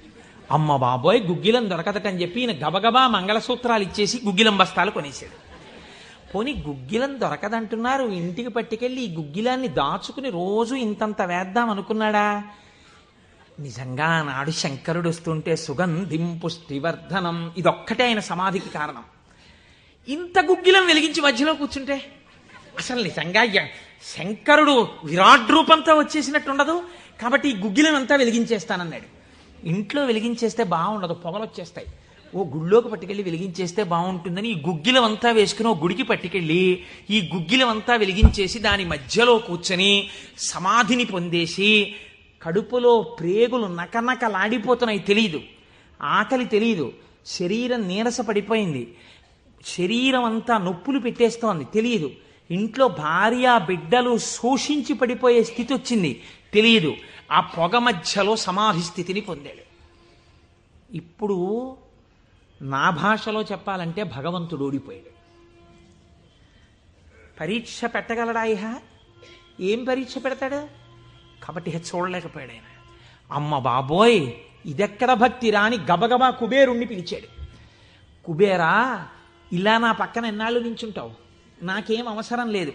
అడిగో మహానుభావుడు చూసావా, గుగ్గిలం పొగ మధ్యలో కూర్చున్నాడు, పెళ్ళం మంగళసూత్రాలు అమ్మేసి. వెంటనే వెళ్ళి ఆయన ఇంటిని బ్రహ్మాండమైనటువంటి అంతఃపురంగా మార్చేయి. భార్యకి బిడ్డలకి భూమండలంలో లేనంత ఐశ్వర్యాన్ని ఇచ్చేయి. ముందు ఉత్తర క్షణం వాళ్ళకి షడ్రసోపేతమైన భోజనం పెట్టు అనేటప్పటికి వాళ్ళ ఇల్లు మారిపోయింది. షడ్రసోపేతమైన భోజనం వచ్చింది. అయ్యో భర్త గారు ఎక్కడికి వెళ్ళారో అనుకుంటోంది ఆవిడ. అశరీరవాణి వినపడింది. అమ్మా, నీ భర్త భక్తి ముందు లొంగిపోయాడమ్మా. శంకరుడు మహదైశ్వర్యం ఇచ్చేశాడు నీకు. ఆయనో అన్నం తిందామన్న ఆలోచన లేదు. ఆ గుగ్గిలం పొగలో కూర్చునున్నాడు. ఇలాగా కూర్చునుంటే ఇప్పుడు ఎవరు మాట్లాడాలి? ఒరే నాన్న అన్నం తినరా అని. అమ్మా నాన్నగారు కోరుకున్న కోరికోటి ఉంది. నువ్వు ఎలా అయినా డాక్టర్ అయిపో. ఇంజక్షన్ చేసేశారు ఆ పిల్లకి. 3 ఏళ్ళు అయిపోయినా, 4 ఏళ్ళు అయిపోయినా, 21 ఏళ్ళు వచ్చేసినా, ఇప్పుడు నేను ఎంబీబీఎస్ చదివితే రేపు పెళ్లి కొడుకు దొరుకుతాడా అని కూడా చూసుకోకుండా తల్లిదండ్రుల కోరిక తీర్చడం కోసమని వ్యగ్రతతో చదివేసిన పిల్లలా ఇప్పుడు ఆ తల్లిదండ్రులే వచ్చి చూసే అన్నం తినవే, అలా చదవకే, ఆరోగ్యం పాడైపోతుంది అన్నట్టు ఎవడు పరీక్ష పెట్టాడో వాడే దిగొచ్చాడు. దిగొచ్చి ఎవడు ఆ త్రయంబకం నిజంగా సువాసనలు వచ్చి ఆనాడు మార్కండేయుడు బాహ్య స్మృతిని పొందాడు. ఈయన పొందలేదు. పొందకుండా కూర్చున్నాడు. ఇప్పుడు ఆ పరబ్రహ్మం ముట్టుకోవలసి వచ్చింది. ఇలాగా ముట్టుకుని కదిపాడు. ఓయ్ కలయా కలయా అని పిలిచాడు. పిలిస్తే ఆయన గభాలన బాహ్య స్మృతిని పొంది అబ్బా శంకరుడు వచ్చేసాడన్నాడు. నిజంగా కనపడితే ఇలా అరుపులు కేకలు ఉండవు. కందులంబట నీరు కారిపోతూ ఆ స్వామి పాదాల మీద పడిపోయి ఏ సుగంధిం పుష్టివర్ధనం అన్నాడో ఆ సువాసన పీలుస్తూ అలా పడిపోయి ఉండిపోయాడు. శంకరుడు భుజాలు పట్టుకుని లేపి, ఒరే నాన్న, నువ్వు ఇంటికి వెళ్ళింత అన్నం తినరా, నా కడుపు నిండుతుంది, తొందరగా బయలుదేరరా నాయన, ఇక్కడ ఎన్ని నైవేద్యాలు పెట్టినా నాకు వంట పట్టట్లేదురా, నువ్వు ఇలా పడిపోతే తొందరగా వెళ్ళరా బాబు, నీకు ఎక్కడ లేని ఐశ్వర్యం ఇచ్చేశాను, కావలసినంత గుగ్గిలం వేసే, ముందు వెళ్ళి అన్నం తినన్నాడు. అప్పుడు ఆయన ఇంటికి వెళ్ళాడు. ఇంటికెళ్ళి షడ్రసోపేతమైనటువంటి భోజనాన్ని నాయనార్ స్వీకరించాడు. దీన్ని గుగ్గిల నాయనార్ అంటారు పెరియ పురాణంలో. ఎందుకంటే శివపురాణం చెప్పుకుంటూ నాయనార్ల చరిత్రని అనుసంధానం చేసి ఉత్తరాయణ పుణ్యకాలంలో నాయనార్ల గురించి వింటే పార్వతీ సహితుడైనటువంటి ఆ పరమశివుడు పొంగిపోయి పరవశించిపోతాడు. అందుకే లౌకికమైన ఉదాహరణలు మానేసి అవసరమైన చోట నాయనార్ల చరిత్రలే కలిపేద్దాం. ఇలా 63 మంది నాయనార్ల గురించి నేను చెప్పగలిగితే నా జన్మధన్యం అయిపోతుంది అని ఒక నాయనార్ని కలిపాను ఇవాళ. కనుక ఒకనాడు ఒక విచిత్రం జరిగింది. భక్తి అంటే ఎంత చిత్రంగా ఉంటుందో చూడండి.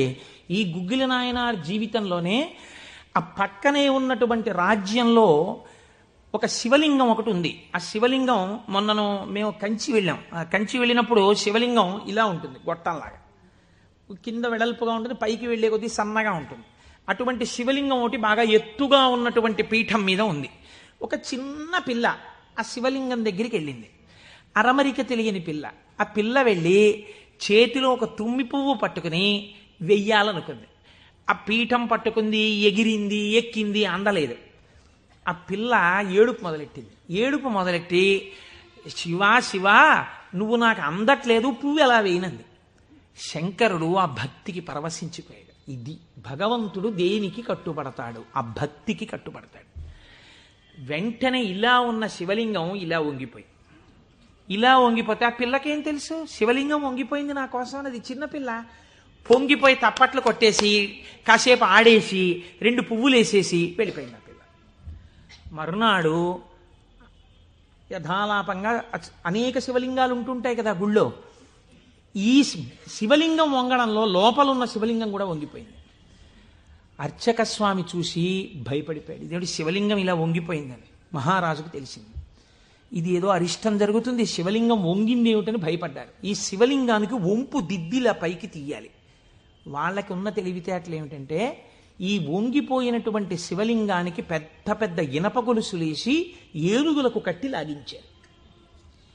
ఇన్ని ఏనుగులు ఇనపగొలు, ఇవన్నీ నేను పుక్కిట పురాణాలు నా సొంతంగా చెప్తున్నాను అనుకుంటున్నారా? ఈ దేవాలయాలు ఉన్నాయి ఇప్పటికీ. నా జీవితంలో ఈశ్వరుడు అనుగ్రహిస్తే ఎప్పటికైనా ఈ 63 నాయనార్ల శివాలయాలు దర్శనం చేయాలని నా కోరిక. ఈ వంగిపోయిన శివలింగాన్ని ఇనప గొలుసులో పెట్టి ఏనుగులు లాగుతుంటే గొలుసులు తెగిపోయాయి, శివలింగం వంపు దిద్దబడలేదు. ఇది ఎవరో గుగ్గిల్ నాయనారికి చెప్పారు. శివలింగం వంగిందిట, ఇనప గొలుసులేసి లాగుతున్నారట, లాగుతుంటే గొలుసులు తెగిపోతున్నాయిట. ఆయన ఎంత బాధపడిపోయి కింద పడి ఏడిచి దొల్లేశాడు. శంకరా, మీ కంఠానికి ఇనప గొలుసులేసి ఏనుగులతో లాగారా? ఎంత ఒరిసిపోయిందో ఆ కంఠమని. అంతే, విన్న చోటు నుంచే పరిగెత్తి పారిపోయాడు పక్క రాజ్యానికి. పారిపోయి గుళ్ళోకి వెళ్ళి అన్నం లేదు, నీళ్లు లేవు, ఒగరుస్తూ ఒంటి నిండా చెమటలు పట్టుకుని, ఈశ్వర, మీకు జరిగినటువంటి అపరాధం నా శరీరమునకు పొందేటటువంటి ఖేదంతో పోవాలని మీ వంపు దిద్దడం కాదు, మీ వంపు దిద్దడానికి మీకు ఇనప గొలుసు లేచి లాగినప్పుడు మీ కంఠం నొక్కుకుని ఉంటుంది, ఆ శిక్ష నేను అనుభవిస్తానని ఒక గొలుసు, తన మెడలో ఉన్నటువంటి గొలుసుని శివలింగపు వంపుకేసి గట్టిగా లాగాడు, తన కంఠం ఒరిసిపోయి తెగాలని. తన కంఠం తెగలేదు, శివలింగం వంపు ఇలా పైకి లేచిపోయింది. ఆ వంపు దిద్దినటువంటి వాడు గుగ్గిల నాయన. ఇప్పుడు మీరు నాకు చెప్పండి, బ్రతికున్న నాళ్ళు గుగ్గిల నాయనారు ఏం చేశాడు డబ్బు సంపాదించడానికంటే ఎవ్వరికీ తెలియదు. ఇంట్లో పర్సులోంచి 10 రూపాయలు తీస్తే 1000 రూపాయలు మళ్ళీ ఇంకో రూపంలో వచ్చేస్తుండేవి. అంత చిత్రంగా ఆయన మహదైశ్వర్య సంపన్నుడై, అందుకే అంటారు శాస్త్రంలో, ఐశ్వర్యము కావాలన్నవాడు శివారాధన చెయ్యాలి. శివారాధన అపారమైన ఐశ్వర్య హేతువు. అందున దక్షారామం లాంటిదైతే గొప్ప భోగస్థానం కూడా. అంత ఐశ్వర్యంతో జీవిస్తూ శివభక్తిని విడిచిపెట్టలేదు. శివభక్తితో ఐశ్వర్యంలో ఉన్నాడు. అంత్యమునందు తేలికగా శరీరం విడివడి హాయిగా పరమశివుని యొక్క పాదములలో కలిసిపోయాడు. ఇప్పుడు మీరు చెప్పండి, అమరకోశంలో మహానుభావుడు అమరసింహుడు శివశబ్దానికి సజ్జనుల యొక్క మనస్సు రమించేటటువంటి స్వరూపము కలిగిన వాడు అని శివశబ్దానికి అర్థం చెప్పడంలో ఎంత గంభీరమైన అర్థం ఉందో మీరు చూడండి. శివశబ్దము సజ్జనుల యొక్క మనసు రమించు స్థానము. ఎలా రమిస్తుంది, దేనివల్ల? దానికి ఈ కారణం ఆ కారణం అని చెప్పడం కుదరదు. మీకు మనస్సుంటే, భక్తి ఉంటే ఒక్క కారణం చాలు. ఏదో ఒక కారణంతో శివుని యందు మనసు రమిస్తే వాడికి సమస్తమైనటువంటి ఐశ్వర్యము కలుగుతుంది. ఇహము నుండి పరము వరకు, మోక్షము వరకు పొందగలడు. కాబట్టి అటువంటి స్థితిని ఇయ్యగలిగినది. 3వ నిర్వచనంలో అంటారు, చేతే సజ్జన మనస్వితివా. సాధువుల యొక్క మనస్సు యందు తానుండువాడు. ఇప్పటి వరకు సాధువులు తమ మనస్సు శివుని యందు పెట్టారు. ఇప్పుడే స్థితి కెడతట.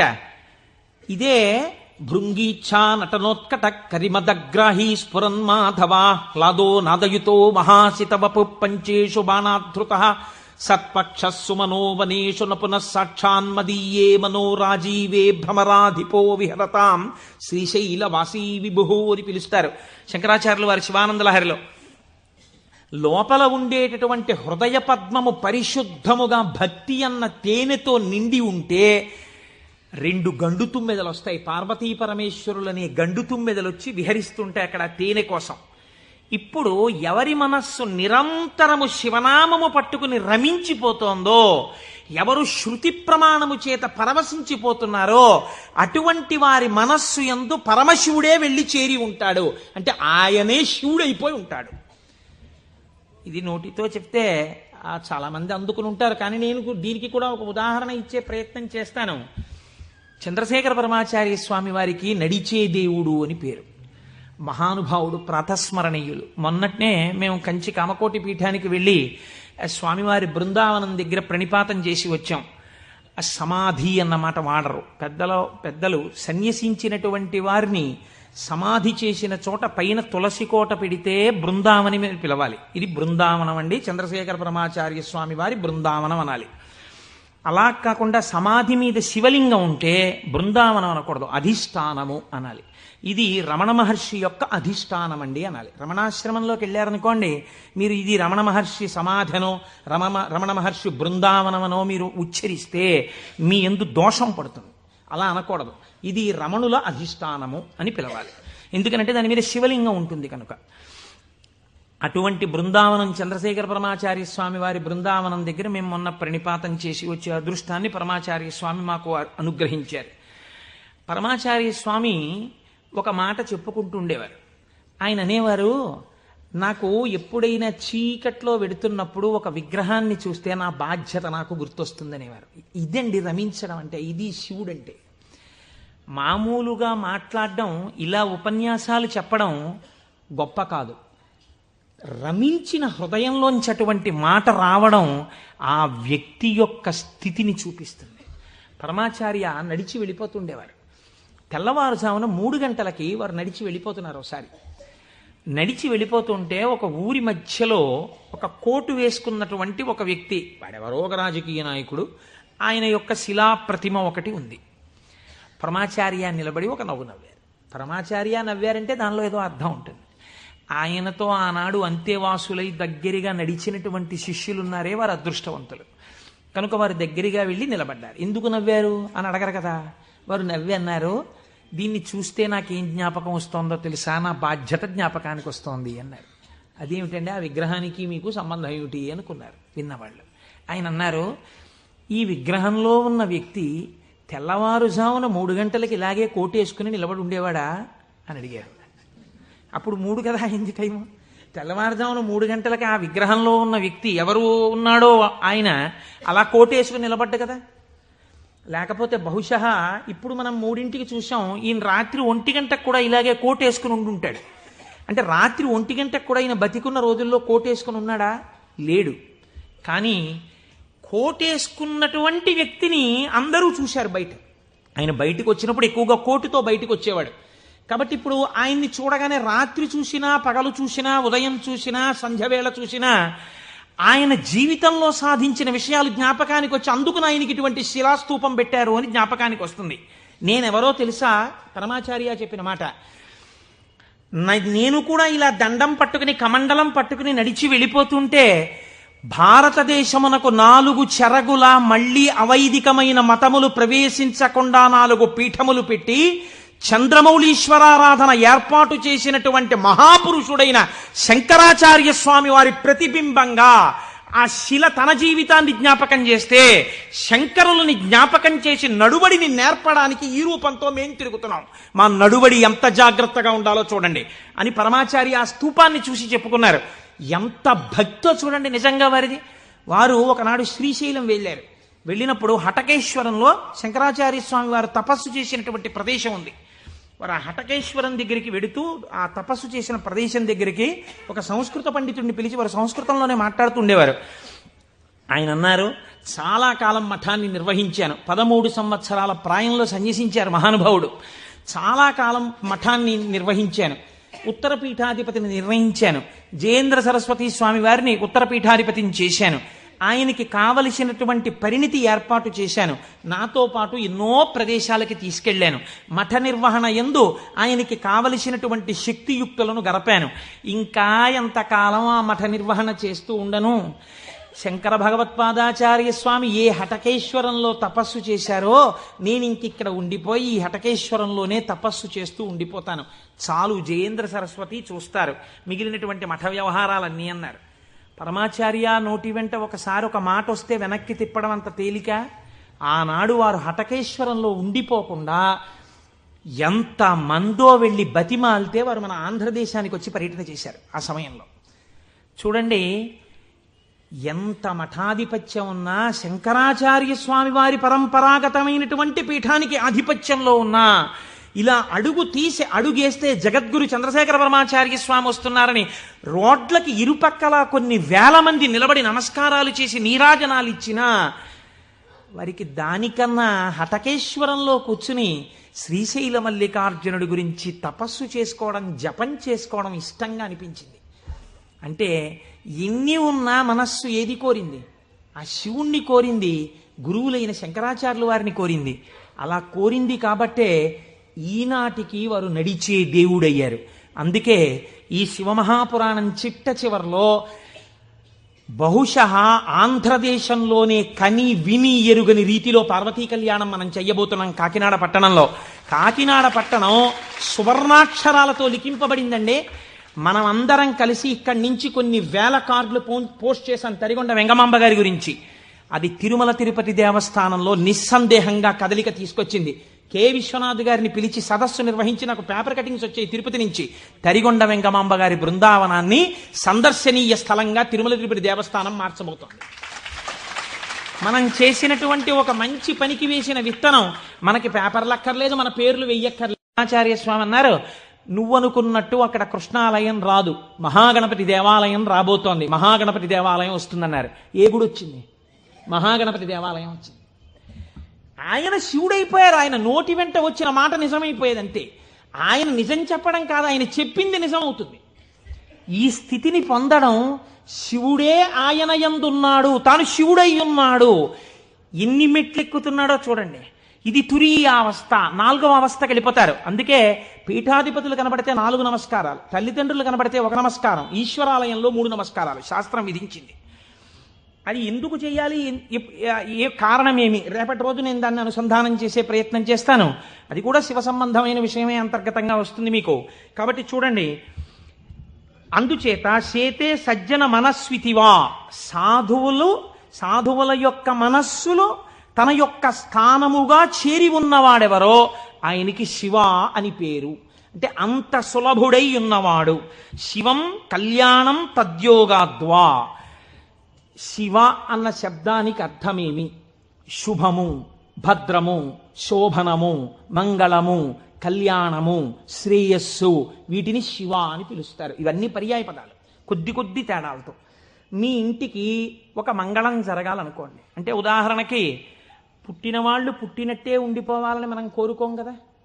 నాకో 2 బిడ్డలు ఉంటే వాళ్ళు పెరిగి పెద్దవాళ్ళు అయిన తర్వాత నాకో కోడలు అల్లుడు రావాలని ఉంటుంది. అలా కలయనాయనారు రోజు ఇంత గుగ్గిలం పట్టుకొచ్చి ఆ గుగ్గిలం వెలిగించి గుగ్గిలం ధూపం వేసేవాడు. ఆ ధూపం అంతా పూజ గదంతా నిండిపోతే అందులో కూర్చుని మార్కండేయుడు ఇలాగే వాసన పీల్చి ఉండి ఉంటాడు. ఆనాడు అర్జునుడు గబగబా వెళ్ళి తన గాంధీవం ఎత్తి కొడుతున్నప్పుడు శివుడి దగ్గరికి వెళ్ళినప్పుడు వాసనలు ఇలాగే వచ్చి ఉంటాయి అని ఆ వాసనలు పీలుస్తూ కళ్ళు మూసేసుకుని, ఇవే శంకరుడి శరీరంలోంచి వస్తున్న వాసనలు, ఇక్కడే శివుడున్నాడని రోమాంచితం అయిపోయి పరవశించిపోతూ సమాధి స్థితిలోకి వెళ్ళిపోయేలా ఉండిపోతుండేవాడు ఆయన. మీరు చూడండి, భగవంతుణ్ణి పట్టుకోవాలనుకున్నవాడు, ఏమంటే మాకు పూజ కుదరట్లేదండి, మాకు ఈ స్తోత్రం రావట్లేదండి అంటాం మనం. మన బతుకంతా ఎక్కడ ఆగిపోతుందంటే దీపంలో 2 ఒత్తులు వేయాలా, 1 ఒత్తి వేయాలా. నిజంగా తరించిపోయిన వాళ్ళు తరించిపోవడానికి ఎన్ని మార్గాలు వెతుక్కున్నారో చూడండి. ఆయన శ్వాసనలు పీలుస్తూ రమించిపోయాడు. శంకరుడు చూశాడు, వీడు రోజు గుగ్గిలం పట్టుకొచ్చి వేసి ఇన్ని రకాల దర్శనాలు చేసేస్తున్నాడు రా, గుగ్గిలం పొగ అడ్డం పెట్టుకుని. ఎంత చిత్రం రా ఇది. గుగ్గిలం పొగకి వీడు సమాధిలోకి వెళ్ళిపోతున్నాడు. అసలు ఈ గుగ్గిలం కొనలేని స్థితి తెస్తే ఏం చేస్తాడో చూద్దాం అనుకున్నాడు. ఐశ్వర్యం అంతా క్షీణింపచేశాడు. ఆయనకి మనస్సు శివుడి మించి పోలేదు. ఎలాగో అలా నానా కష్టాలు పడి ఇంత గుగ్గిలం తెచ్చి శంకరుడికి వేసి ఆ వాసన పీల్చేటప్పటికి సమాధిలోకి వెళ్ళిపోయాడు. ఇంక ఏముంది, మనస్సు అలవాటు పడిపోయింది. ఇంత పొగొచ్చేటప్పటికి అంతే సమాధిలోకి వెళ్ళిపోతాడు. ఎంత తేలికండది.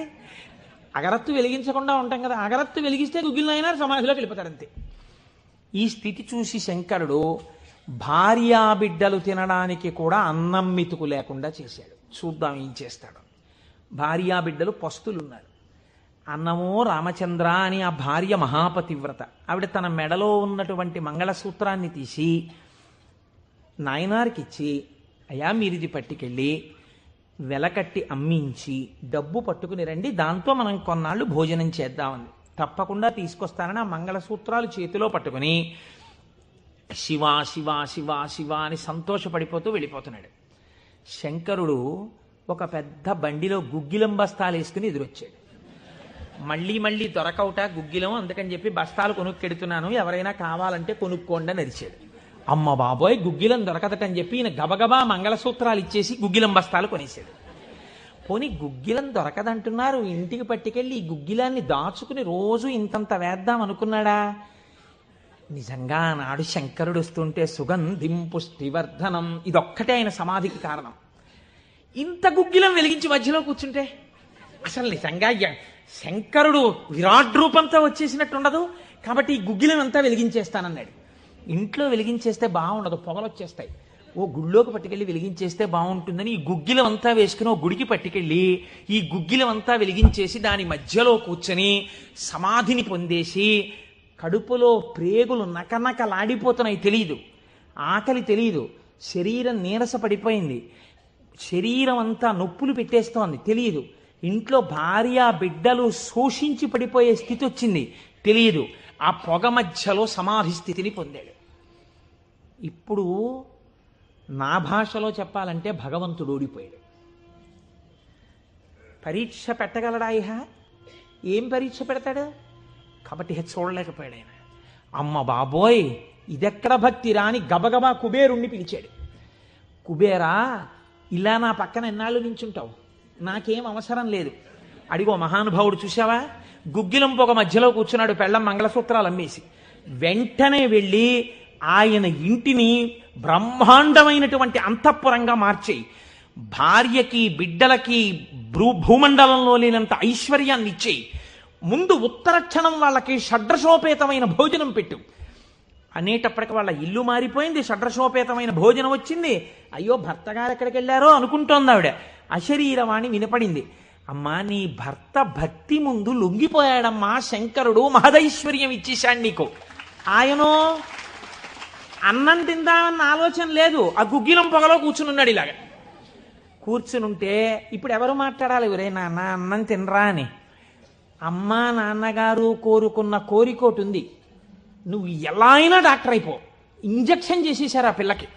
3 ఏళ్ళు అయిపోయినా, 4 ఏళ్ళు అయిపోయినా, 21 ఏళ్ళు వచ్చేసినా, ఇప్పుడు నేను ఎంబీబీఎస్ చదివితే రేపు పెళ్లి కొడుకు దొరుకుతాడా అని కూడా చూసుకోకుండా తల్లిదండ్రుల కోరిక తీర్చడం కోసమని వ్యగ్రతతో చదివేసిన పిల్లలా ఇప్పుడు ఆ తల్లిదండ్రులే వచ్చి ఉసే అన్నం తినవే, అలా చదవకే ఆరోగ్యం పాడైపోతుంది అన్నట్టు ఎవడు పరీక్ష పెట్టాడో వాడే దిగొచ్చాడు. దిగొచ్చి ఎవడు ఆ త్రయంబకం నిజంగా సువాసనలు వచ్చి ఆనాడు మార్కండేయుడు బాహ్య స్మృతిని పొందాడు, ఈయన పొందలేదు, పొందకుండా కూర్చున్నాడు. ఇప్పుడు ఆ పరబ్రహ్మం ముట్టుకోవలసి వచ్చింది. ఇలాగా ముట్టుకుని కదిపాడు. ఓయ్ కలయా కలయా అని పిలిచాడు. పిలిస్తే ఆయన గభాలన బాహ్య స్మృతిని పొంది అబ్బా శంకరుడు వచ్చేసాడన్నాడు. నిజంగా కనపడితే ఇలా అరుపులు కేకలు ఉండవు. కన్నులంబట నీరు కారిపోతూ ఆ స్వామి పాదాల మీద పడిపోయి ఏ సుగంధిం పుష్టివర్ధనం అన్నాడో ఆ సువాసన పీలుస్తూ అలా పడిపోయి ఉండిపోయాడు. శంకరుడు భుజాలు పట్టుకుని లేపి, ఒరే నాన్న, నువ్వు ఇంటికి వెళ్ళి ఇంత అన్నం తినరా, నా కడుపు నిండుతుంది, తొందరగా బయలుదేరరా నాయన, ఇక్కడ ఎన్ని నైవేద్యాలు పెట్టినా నాకు వంట పట్టట్లేదురా, నువ్వు ఇలా పడిపోతే తొందరగా వెళ్ళరా బాబు, నీకు ఎక్కడ లేని ఐశ్వర్యం ఇచ్చేశాను, కావలసినంత గుగ్గిలం వేసాయి, ముందు వెళ్ళి అన్నం తినన్నాడు. అప్పుడు ఆయన ఇంటికి వెళ్ళాడు. ఇంటికెళ్ళి షడ్రసోపేతమైనటువంటి భోజనాన్ని నాయనార్ స్వీకరించాడు. దీన్ని గుగ్గిల నాయనార్ అంటారు పెరియ పురాణంలో. ఎందుకంటే శివపురాణం చెప్పుకుంటూ నాయనార్ల చరిత్రని అనుసంధానం చేసి ఉత్తరాయణ పుణ్యకాలంలో నాయనార్ల గురించి వింటే పార్వతీ సహితుడైనటువంటి ఆ పరమశివుడు పొంగిపోయి పరవశించిపోతాడు. అందుకే లౌకికమైన ఉదాహరణలు మానేసి అవసరమైన చోట నాయనార్ల చరిత్రలే కలిపేద్దాం. ఇలా 63 మంది నాయనార్ల గురించి నేను చెప్పగలిగితే నా జన్మధన్యం అయిపోతుంది అని ఒక నాయనార్ని కలిపానివ్వాలి. కనుక ఒకనాడు ఒక విచిత్రం జరిగింది. భక్తి అంటే ఎంత చిత్రంగా ఉంటుందో చూడండి. ఈ గుగ్గిల నాయనార్ జీవితంలోనే ఆ పక్కనే ఉన్నటువంటి రాజ్యంలో ఒక శివలింగం ఒకటి ఉంది. ఆ శివలింగం మొన్నను మేము కంచి వెళ్ళాం. ఆ కంచి వెళ్ళినప్పుడు శివలింగం ఇలా ఉంటుంది, గొట్టంలాగా కింద వెడల్పుగా ఉంటుంది, పైకి వెళ్ళే కొద్దీ సన్నగా ఉంటుంది. అటువంటి శివలింగం ఒకటి బాగా ఎత్తుగా ఉన్నటువంటి పీఠం మీద ఉంది. ఒక చిన్న పిల్ల ఆ శివలింగం దగ్గరికి వెళ్ళింది. అరమరిక తెలియని పిల్ల. ఆ పిల్ల వెళ్ళి చేతిలో ఒక తుమ్మి పువ్వు పట్టుకుని వెయ్యాలనుకుంది. ఆ పీఠం పట్టుకుంది, ఎగిరింది, ఎక్కింది, అందలేదు. ఆ పిల్ల ఏడుపు మొదలెట్టింది. ఏడుపు మొదలెట్టి, శివా శివా నువ్వు నాకు అందట్లేదు, పువ్వు ఎలా వేయనంది. శంకరుడు ఆ భక్తికి పరవశించిపోయాడు. ఇది భగవంతుడు దేనికి కట్టుబడతాడు? ఆ భక్తికి కట్టుబడతాడు. వెంటనే ఇలా ఉన్న శివలింగం ఇలా వంగిపోయి, ఇలా వంగిపోతే ఆ పిల్లకేం తెలుసు? శివలింగం వంగిపోయింది నా కోసం. అది చిన్నపిల్ల పొంగిపోయి తప్పట్లు కొట్టేసి కాసేపు ఆడేసి 2 పువ్వులు వేసేసి వెళ్ళిపోయింది ఆ పిల్ల. మరునాడు యథాలాపంగా అనేక శివలింగాలు ఉంటుంటాయి కదా గుళ్ళో. ఈ శివలింగం వంగడంలో లోపల ఉన్న శివలింగం కూడా వంగిపోయింది. అర్చక స్వామి చూసి భయపడిపోయాడు. ఇదేంటి శివలింగం ఇలా వంగిపోయిందని మహారాజుకు తెలిసింది. ఇది ఏదో అరిష్టం జరుగుతుంది, శివలింగం వంగింది ఏమిటని భయపడ్డారు. ఈ శివలింగానికి వంపు దిద్దిలా పైకి తీయాలి. వాళ్ళకి ఉన్న తెలివితేటలు ఏమిటంటే ఈ వంగిపోయినటువంటి శివలింగానికి పెద్ద పెద్ద ఇనప గొలుసులేసి ఏనుగులకు కట్టి లాగించారు. ఇన్ని ఏనుగులు, ఇనపగొలు, ఇవన్నీ నేను పుక్కిట పురాణాలు నా సొంతంగా చెప్తున్నాను అనుకుంటున్నారా? ఈ దేవాలయాలు ఉన్నాయి ఇప్పటికీ. నా జీవితంలో ఈశ్వరుడు అనుగ్రహిస్తే ఎప్పటికైనా ఈ 63 నాయనార్ల శివాలయాలు దర్శనం చేయాలని నా కోరిక. ఈ వంగిపోయిన శివలింగాన్ని ఇనప గొలుసులో పెట్టి ఏనుగులు లాగుతుంటే గొలుసులు తెగిపోయాయి. శివలింగం వంపు దిద్దబడలేదు. ఇది ఎవరో గుగ్గిల్ నాయనారికి చెప్పారు. శివలింగం వంగిందిట, ఇనప గొలుసులేసి లాగుతున్నారట, లాగుతుంటే గొలుసులు తెగిపోతున్నాయిట. ఆయన ఎంత బాధపడిపోయి కింద పడి ఏడిచి దొల్లేశాడు. శంకరా, మీ కంఠానికి ఇనప గొలుసులేసి ఏనుగులతో లాగారా? ఎంత ఒరిసిపోయిందో ఆ కంఠం అని. అంతే, విన్న చోటు నుంచే పరిగెత్తి పారిపోయాడు పక్క రాజ్యానికి. పారిపోయి గుళ్ళోకి వెళ్ళి అన్నం లేదు, నీళ్లు లేవు, ఒగరుస్తూ ఒంటి నిండా చెమటలు పట్టుకుని, ఈశ్వర మీకు జరిగినటువంటి అపరాధం నా శరీరమునకు పొందేటటువంటి ఖేదంతో పోవాలని మీ వంపు దిద్దడం కాదు, మీ వంపు దిద్దడానికి మీకు ఇనప గొలుసు లేచి లాగినప్పుడు మీ కంఠం నొక్కుకుని ఉంటుంది, ఆ శిక్ష నేను అనుభవిస్తానని ఒక గొలుసు, తన మెడలో ఉన్నటువంటి గొలుసుని శివలింగపు వంపుకేసి గట్టిగా లాగాడు. తన కంఠం ఒరిసిపోయి తెగాలని. తన కంఠం తెగలేదు, శివలింగం వంపు ఇలా పైకి లేచిపోయింది. ఆ వంపు దిద్దినటువంటి వాడు గుగ్గిల నాయనారు. ఇప్పుడు మీరు నాకు చెప్పండి, బ్రతికున్న నాళ్ళు గుగ్గిల నాయనారు ఏం చేశాడు డబ్బు సంపాదించడానికంటే ఎవ్వరికీ తెలియదు. ఇంట్లో పర్సులోంచి 10 రూపాయలు తీస్తే 1000 రూపాయలు మళ్ళీ ఇంకో రూపంలో వచ్చేస్తుండేవి. అంత చిత్రంగా ఆయన మహదైశ్వర్య సంపన్నుడై, అందుకే అంటారు శాస్త్రంలో, ఐశ్వర్యము కావాలన్నవాడు శివారాధన చెయ్యాలి. శివారాధన అపారమైన ఐశ్వర్య హేతువు. అందున దక్షారామం లాంటిదైతే గొప్ప భోగస్థానం కూడా. అంత ఐశ్వర్యంతో జీవిస్తూ శివభక్తిని విడిచిపెట్టలేదు. శివభక్తితో ఐశ్వర్యంలో ఉన్నాడు. అంత్యమునందు తేలికగా శరీరం విడివడి హాయిగా పరమశివుని యొక్క పాదములలో కలిసిపోయాడు. ఇప్పుడు మీరు చెప్పండి, అమరకోశంలో మహానుభావుడు అమరసింహుడు శివశబ్దానికి సజ్జనుల యొక్క మనస్సు రమించేటటువంటి స్వరూపము కలిగిన వాడు అని శివశబ్దానికి అర్థం చెప్పడంలో ఎంత గంభీరమైన అర్థం ఉందో మీరు చూడండి. శివశబ్దము సజ్జనుల యొక్క మనసు రమించు స్థానము. ఎలా రమిస్తుంది, దేనివల్ల? దానికి ఈ కారణం ఆ కారణం అని చెప్పడం కుదరదు. మీకు మనస్సుంటే, భక్తి ఉంటే ఒక్క కారణం చాలు. ఏదో ఒక కారణంతో శివుని యందు మనసు రమిస్తే వాడికి సమస్తమైనటువంటి ఐశ్వర్యము కలుగుతుంది. ఇహము నుండి పరము వరకు, మోక్షము వరకు పొందగలడు. కాబట్టి అటువంటి స్థితిని ఇయ్యగలిగినది. 3వ నిర్వచనంలో అంటారు, చేతే సజ్జన మనస్వితివా. సాధువుల యొక్క మనస్సు యందు తానుండువాడు. ఇప్పటి వరకు సాధువులు తమ మనస్సు శివుని యందు పెట్టారు. ఇప్పుడే స్థితి కెడతట. ఇదే భృంగీచ్ఛా నటనోత్కట కరిమదగ్రాహీ స్ఫురన్మాధవా హ్లాదో నాదయుతో మహాసితవపు పంచేషు బాణాధృత సత్పక్ష సుమనోవనేషు నపునః సాక్షాన్మదీయే మనోరాజీవే భ్రమరాధిపో విహరతాం శ్రీశైలవాసీ విభుః అని పిలుస్తారు శంకరాచార్యులు వారి శివానందలహరిలో. లోపల ఉండేటటువంటి హృదయ పద్మము పరిశుద్ధముగా భక్తి అన్న తేనెతో నిండి ఉంటే 2 గండు తుమ్మెదలు వస్తాయి. పార్వతీ పరమేశ్వరులనే గండు తుమ్మెదలు వచ్చి విహరిస్తుంటాయి అక్కడ తేనె కోసం. ఇప్పుడు ఎవరి మనస్సు నిరంతరము శివనామము పట్టుకుని రమించిపోతోందో, ఎవరు శృతి ప్రమాణము చేత పరవశించిపోతున్నారో అటువంటి వారి మనస్సు యందు పరమశివుడే వెళ్ళి చేరి ఉంటాడు. అంటే ఆయనే శివుడైపోయి ఉంటాడు. ఇది నోటితో చెప్తే చాలామంది అందుకుని ఉంటారు, కానీ నేను దీనికి కూడా ఒక ఉదాహరణ ఇచ్చే ప్రయత్నం చేస్తాను. చంద్రశేఖర పరమాచార్య స్వామి వారికి నడిచే దేవుడు అని పేరు. మహానుభావుడు, ప్రాతస్మరణీయులు. మొన్నట్నే మేము కంచి కామకోటి పీఠానికి వెళ్ళి స్వామివారి బృందావనం దగ్గర ప్రణిపాతం చేసి వచ్చాం. ఆ సమాధి అన్నమాట వాడరు పెద్దలు సన్యసించినటువంటి వారిని సమాధి చేసిన చోట పైన తులసి కోట పెడితే బృందావని మీద పిలవాలి. ఇది బృందావనం అండి, చంద్రశేఖర పరమాచార్య స్వామి వారి బృందావనం అనాలి. అలా కాకుండా సమాధి మీద శివలింగం ఉంటే బృందావనం అనకూడదు, అధిష్టానము అనాలి. ఇది రమణ మహర్షి యొక్క అధిష్టానం అండి అనాలి. రమణాశ్రమంలోకి వెళ్ళారనుకోండి, మీరు ఇది రమణ మహర్షి సమాధనో రమణ మహర్షి బృందావనమనో మీరు ఉచ్చరిస్తే మీ యందు దోషం పడుతుంది. అలా అనకూడదు. ఇది రమణుల అధిష్టానము అని పిలవాలి. ఎందుకంటే దాని మీద శివలింగం ఉంటుంది కనుక. అటువంటి బృందావనం చంద్రశేఖర పరమాచార్య స్వామి వారి బృందావనం దగ్గర మేము మొన్న ప్రణిపాతం చేసి వచ్చే అదృష్టాన్ని పరమాచార్య స్వామి మాకు అనుగ్రహించారు. పరమాచార్య స్వామి ఒక మాట చెప్పుకుంటూ ఉండేవారు. ఆయన అనేవారు, నాకు ఎప్పుడైనా చీకట్లో వెడుతున్నప్పుడు ఒక విగ్రహాన్ని చూస్తే నా బాధ్యత నాకు గుర్తొస్తుందనేవారు. ఇదండి రమించడం అంటే, ఇది శివుడు అంటే. మామూలుగా మాట్లాడడం, ఇలా ఉపన్యాసాలు చెప్పడం గొప్ప కాదు.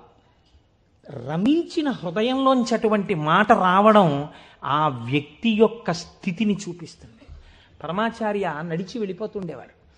తెల్లవారుజామున 3 గంటలకి వారు నడిచి వెళ్ళిపోతున్నారు. ఒకసారి నడిచి వెళ్ళిపోతుంటే ఒక ఊరి మధ్యలో ఒక కోటు వేసుకున్నటువంటి ఒక వ్యక్తి, వాడెవరో ఒక రాజకీయ నాయకుడు, ఆయన యొక్క శిలా ప్రతిమ ఒకటి ఉంది. పరమాచార్య నిలబడి ఒక నవ్వు నవ్వారు. పరమాచార్య నవ్వారంటే దానిలో ఏదో అర్థం ఉంటుంది. ఆయనతో ఆనాడు అంతేవాసులై దగ్గరగా నడిచినటువంటి శిష్యులున్నారే, వారు అదృష్టవంతులు కనుక వారు దగ్గరగా వెళ్ళి నిలబడ్డారు. ఎందుకు నవ్వారు అని అడగరు కదా.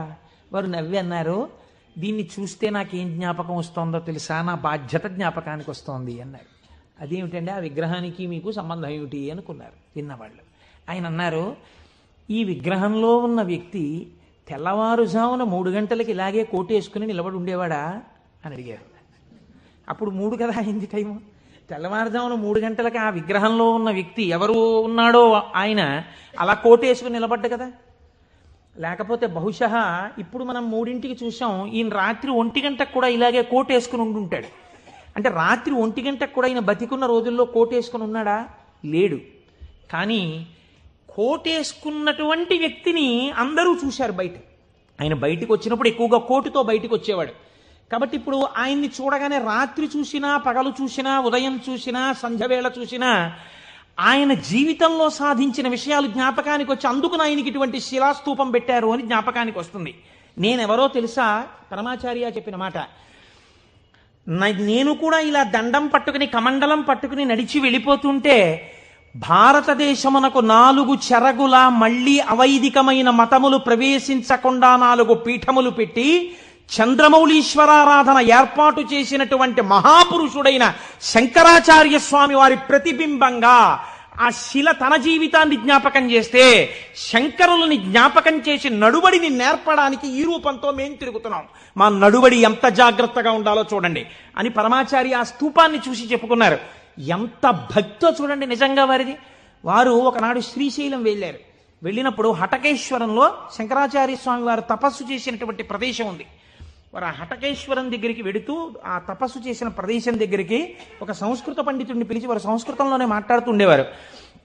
ఆయన అన్నారు, చాలా కాలం మఠాన్ని నిర్వహించాను. 13 సంవత్సరాల ప్రాయంలో సన్యసించారు మహానుభావుడు. చాలా కాలం మఠాన్ని నిర్వహించాను. ఉత్తర పీఠాధిపతిని నిర్ణయించాను. జయేంద్ర సరస్వతి స్వామి వారిని ఉత్తర పీఠాధిపతిని చేశాను. ఆయనకి కావలసినటువంటి పరిణితి ఏర్పాటు చేశాను. నాతో పాటు ఎన్నో ప్రదేశాలకి తీసుకెళ్లాను. మఠ నిర్వహణ యందు ఆయనకి కావలసినటువంటి శక్తియుక్తులను గరపాను. ఇంకా ఎంతకాలం ఆ మఠ నిర్వహణ చేస్తూ ఉండను? శంకర భగవత్పాదాచార్య స్వామి ఏ హటకేశ్వరంలో తపస్సు చేశారో నేను ఇంకిక్కడ ఉండిపోయి ఈ హటకేశ్వరంలోనే తపస్సు చేస్తూ ఉండిపోతాను చాలు, జయేంద్ర సరస్వతి చూస్తారు, మిగిలినటువంటి మఠ వ్యవహారాలన్నీ అన్నారు. పరమాచార్య నోటి వెంట ఒకసారి ఒక మాట వస్తే వెనక్కి తిప్పడం అంత తేలిక. ఆనాడు వారు హటకేశ్వరంలో ఉండిపోకుండా ఎంత మందో వెళ్ళి బతిమాలితే వారు మన ఆంధ్రదేశానికి వచ్చి పర్యటన చేశారు. ఆ సమయంలో చూడండి, ఎంత మఠాధిపత్యం ఉన్నా, శంకరాచార్య స్వామి వారి పరంపరాగతమైనటువంటి పీఠానికి ఆధిపత్యంలో ఉన్నా, ఇలా అడుగు తీసి అడుగేస్తే జగద్గురు చంద్రశేఖర పరమాచార్య స్వామి వస్తున్నారని రోడ్లకి ఇరుపక్కల కొన్ని వేల మంది నిలబడి నమస్కారాలు చేసి నీరాజనాలు ఇచ్చినా వారికి దానికన్నా హటకేశ్వరంలో కూర్చుని శ్రీశైల మల్లికార్జునుడి గురించి తపస్సు చేసుకోవడం, జపం చేసుకోవడం ఇష్టంగా అనిపించింది. అంటే ఎన్ని ఉన్నా మనస్సు ఏది కోరింది? ఆ శివుణ్ణి కోరింది, గురువులైన శంకరాచార్యుల వారిని కోరింది. అలా కోరింది కాబట్టే ఈనాటికి వారు నడిచే దేవుడయ్యారు. అందుకే ఈ శివమహాపురాణం చిట్ట చివర్లో బహుశః ఆంధ్రదేశంలోనే కని విని ఎరుగని రీతిలో పార్వతీ కళ్యాణం మనం చెయ్యబోతున్నాం కాకినాడ పట్టణంలో. కాకినాడ పట్టణం సువర్ణాక్షరాలతో లిఖింపబడిందండి. మనం అందరం కలిసి ఇక్కడి నుంచి కొన్ని వేల కార్డులు పోస్ట్ చేశాం తరిగొండ వెంగమాంబ గారి గురించి. అది తిరుమల తిరుపతి దేవస్థానంలో నిస్సందేహంగా కదలిక తీసుకొచ్చింది. కె విశ్వనాథ్ గారిని పిలిచి సదస్సు నిర్వహించి నాకు పేపర్ కటింగ్స్ వచ్చాయి తిరుపతి నుంచి. తరిగొండ వెంగమాంబ గారి బృందావనాన్ని సందర్శనీయ స్థలంగా తిరుమల తిరుపతి దేవస్థానం మార్చబోతోంది.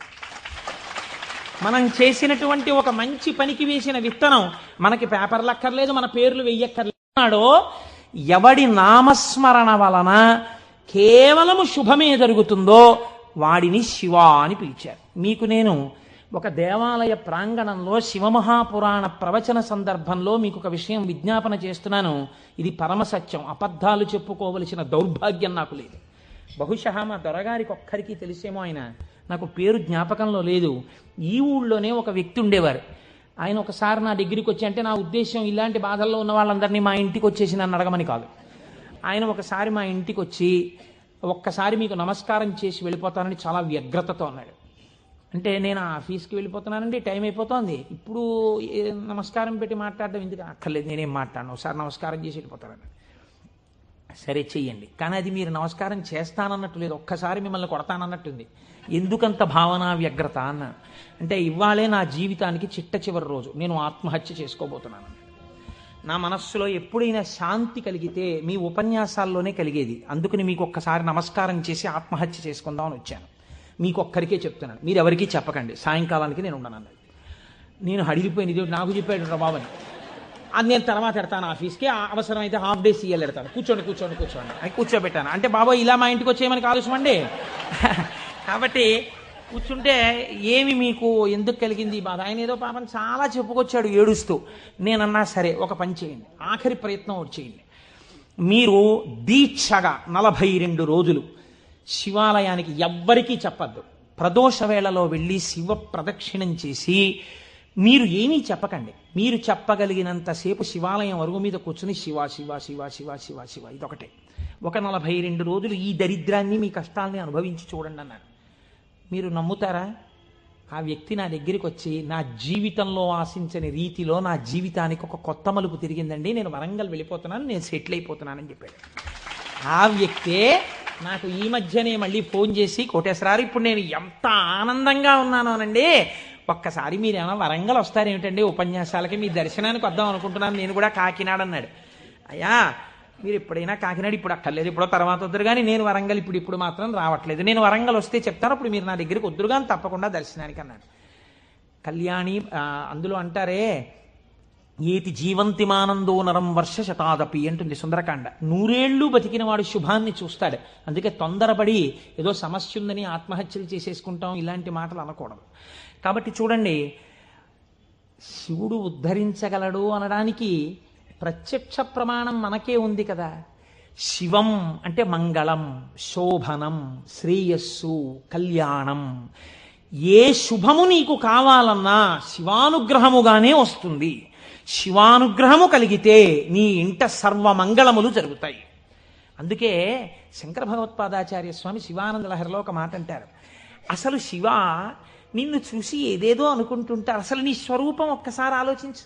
కరస్తే హేమాద్రౌ గిరిశ నికటస్తే ధనపతౌ గృహస్థే స్వర్భూజామరసురభిచింతామణిగణే శిరస్థే సీతాంశౌ చరణయుగళస్తే అఖిల శుభౌ కమర్థం దాస్యేహం భవతు భవదర్థం మమ మనః అంటారు.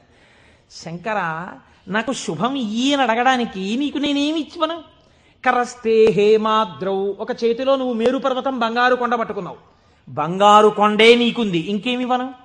గిరిశ నికటస్తే ధనపతౌ, గిరిశ ఓ శంకర, నీ పక్కన నవనిధులకు అధిపతి అయిన కుబేరుడు ఇలా నిలబడ్డాడు.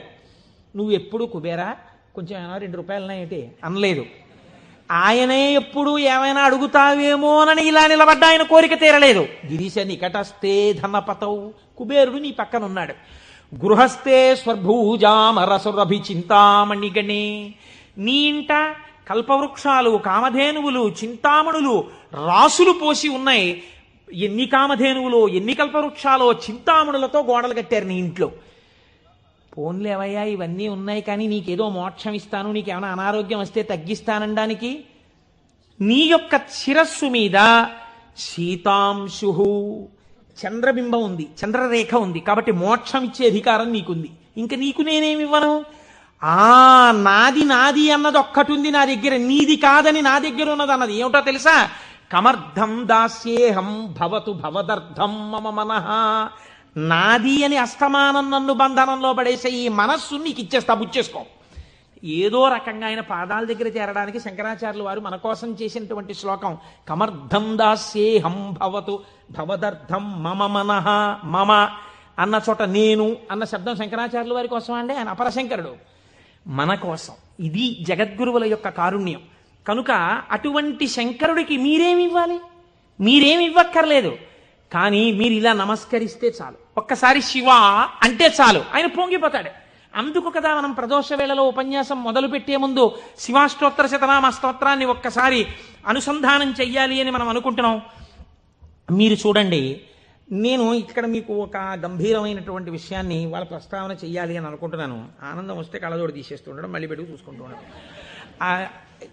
బాగుందండి మీరు చెప్పింది, శంకరుడు అంతటి గొప్పవాడే, ఇంతవరకు బాగుంది. కానీ ఇలా ఆయన ఎప్పుడూ మా కంటితో మేము చూడని రూపంలో ఉండడమేనా, లేకపోతే మాకు ఇంతకన్నా ఏమైనా గొప్ప ఉపకారం చేశారా? కళ్యాణం, భద్రం, శ్రేయం, శోభనం, శుభం, వీటన్నింటికీ అర్థం కేవలం శుభాలు చేసుకోవడం, పెళ్లిళ్ళు చేసుకోవడం, బూరులు తింటుండడం, గారులు తింటుండడం, ఇవేనా? ఇంకేమైనా చెప్పారా శంకరుడు? ఇవే నా అర్థం, నేను ఇవే మీకు చేసి పెడుతుంటానని ఏమైనా అన్నారా? దీన్ని మీరు చాలా జాగ్రత్తగా గంభీరంగా పట్టుకోవాలి. మీరు ఇది పట్టుకునే ప్రయత్నం చేస్తే శివపురాణం విషయంలో మీకు ఒక గొప్ప అవగాహన ఏర్పడిపోతుంది. కాబట్టి చెవులు రిక్కించి చాలా జాగ్రత్తగా వినే ప్రయత్నం చేయండి. కదిలినటువంటి శివుని యొక్క స్వరూపాన్నే నటరాజమూర్తి అని పిలుస్తాం. ఎదర వ్యాఖ్యానం పురాణంలో వస్తుంది, అప్పుడు నేను నటరాజ తత్వం గురించి, చిదంబరం గురించి చెప్తాను, అప్పుడు విందురు. కానీ ఇప్పటికొకటి తెలుసుకోండి, తనలో తాను రమించిపోతున్నటువంటి శివుడు అలలు లేని సరస్సు, కాబట్టి తనలో తాను రమిస్తుంటాడు, కదలిక ఉండదు. ఇప్పుడు అదే శివుడు సృష్టికర్త, స్థితికర్త, ప్రళయకర్తగా ఉన్నాడు అనుకోండి, కదులుతూ ఉంటాడు. ఈ కదిలినప్పుడు నటరాజు నాట్యం చేస్తుంటాడు. నటరాజు సృష్టి స్థితి ప్రళయకర్త అయి నటిస్తున్నప్పుడు పక్కన దగ్గరగా ఎవరైనా నిలబడతారా? నిలబడి అలా చూస్తూ సంతోషపడిపోయే వాళ్ళు ఎవరైనా ఉన్నారా నటరాజుని? శ్రీ మహావిష్ణువు అంతటి వారు అసుర సంధ్య వేళలో మధ్యలో వాయిస్తూ ఉంటారు, శంకరుడు నాట్యం చేస్తుంటే. కాబట్టి ఉట్టిన ఏమీ చేయకుండా స్పెక్టేటర్స్ పాస్ అని చెప్పి ఏమైనా ఇస్తారా? రేపాక సుబ్బారావు సూర్యకళామందిరానికి ఇచ్చినట్టు ఇస్తే వెళ్ళి కూర్చున్న పాస్ పట్టుకుని మొదటి వరుసలో చాలా దగ్గరగా ఉట్టిన ఏ సహాయం చేయకుండా ఇలా చేతులు కట్టుకుని అబ్బా చాలా బాగా చేస్తున్నారండి అని ఇలా సంతోషంగా చూసేవాళ్ళు కూడా ఎవరైనా ఉంటారా సభలో? అంటే శాస్త్రం అంది ఇద్దరున్నారు, ఇద్దరే చూస్తారు. అలాగా మిగిలిన వాళ్ళందరూ నటరాజ తాండవమునందు సహాయం చేస్తుంటారు. ఆ ఇద్దరెవరో తెలుసా? ఒకరు వ్యాఘ్రపాదుడు, ఒకరు పతంజలి. వీళ్ళిద్దరే చూస్తూ ఉంటారు. వ్యాఘ్రపాదుడి యొక్క శరీర అధోభాగం పులిగా ఉంటుంది, పతంజలి యొక్క శరీర అధోభాగం పావుగా ఉంటుంది. పతంజలి ఆదిశేషుని యొక్క అంశ. ఈ పతంజలి వ్యాకరణానికి మహాభాష్యం చేశారు. ఈ పతంజలి 1000 నాలుకలతో సమాధానం చెప్పేవారు. ఒకానొకసారి ఈ పతంజలి మహర్షి దగ్గరికి 1000 మంది శిష్యులు వచ్చి, అయ్యా మీ దగ్గర మేము వ్యాకరణం నేర్చుకోవాలనుకుంటున్నామని అడిగారు. పతంజలి మహర్షి అన్నారు, సరే మీకు 1000 మందికి నేను నేర్పుతాను ఏకకాలంలో. ఎవరు ఏ స్థాయిలో ఉన్నారో ఆ స్థాయిలో పాఠం చెప్పేస్తాను. మీకు ఉదాహరణకి వ్యాకరణం అంటే కొద్దిగా సంగీతంతో పోల్చండి. కొద్దిగా అమరిక కోసం సంగీతం నేర్పేటప్పుడు బాగా కీర్తనల్లోకి వచ్చేసిన వాళ్ళకి, ఇంకా సరిగమ పదనిసల్లో ఉన్న వాళ్ళకి, from the lowest string to the highest string కలిపి కూర్చోపెట్టి సంగీతం నేర్పడం కుదరదు. ఎందుకనంటే ఎవరికి వాళ్ళకే టైం ఉండాలి, వాళ్ళ స్థాయికి తగినట్టు వాళ్ళకి చెప్తూ ఉండాలి. వ్యాకరణ మహాభాష్యం చెప్పేటప్పుడు 1000 మంది 1000 రకాలైన ప్రశ్నలు వేస్తారు. 1000 మందికి ఒకేసారి జవాబు చెప్పాలి. కాబట్టి ఇప్పుడు తాను ఎలా చెప్పాలి? తాను ఆదిశేషుడు కనుక శేషాంశతో చెప్పాలి. 1000 నాలుకలతో చెప్తాను. కానీ 1000 నాలుకలతో చెప్పినప్పుడు ఒక ప్రమాదం ఉంది. శేషాంశతో ఉంటాను, దానిలో విషపు గాలి కూడా వస్తుంది. ఎదురుగుండా కూర్చున్నవాడు బూడిదైపోతాడు.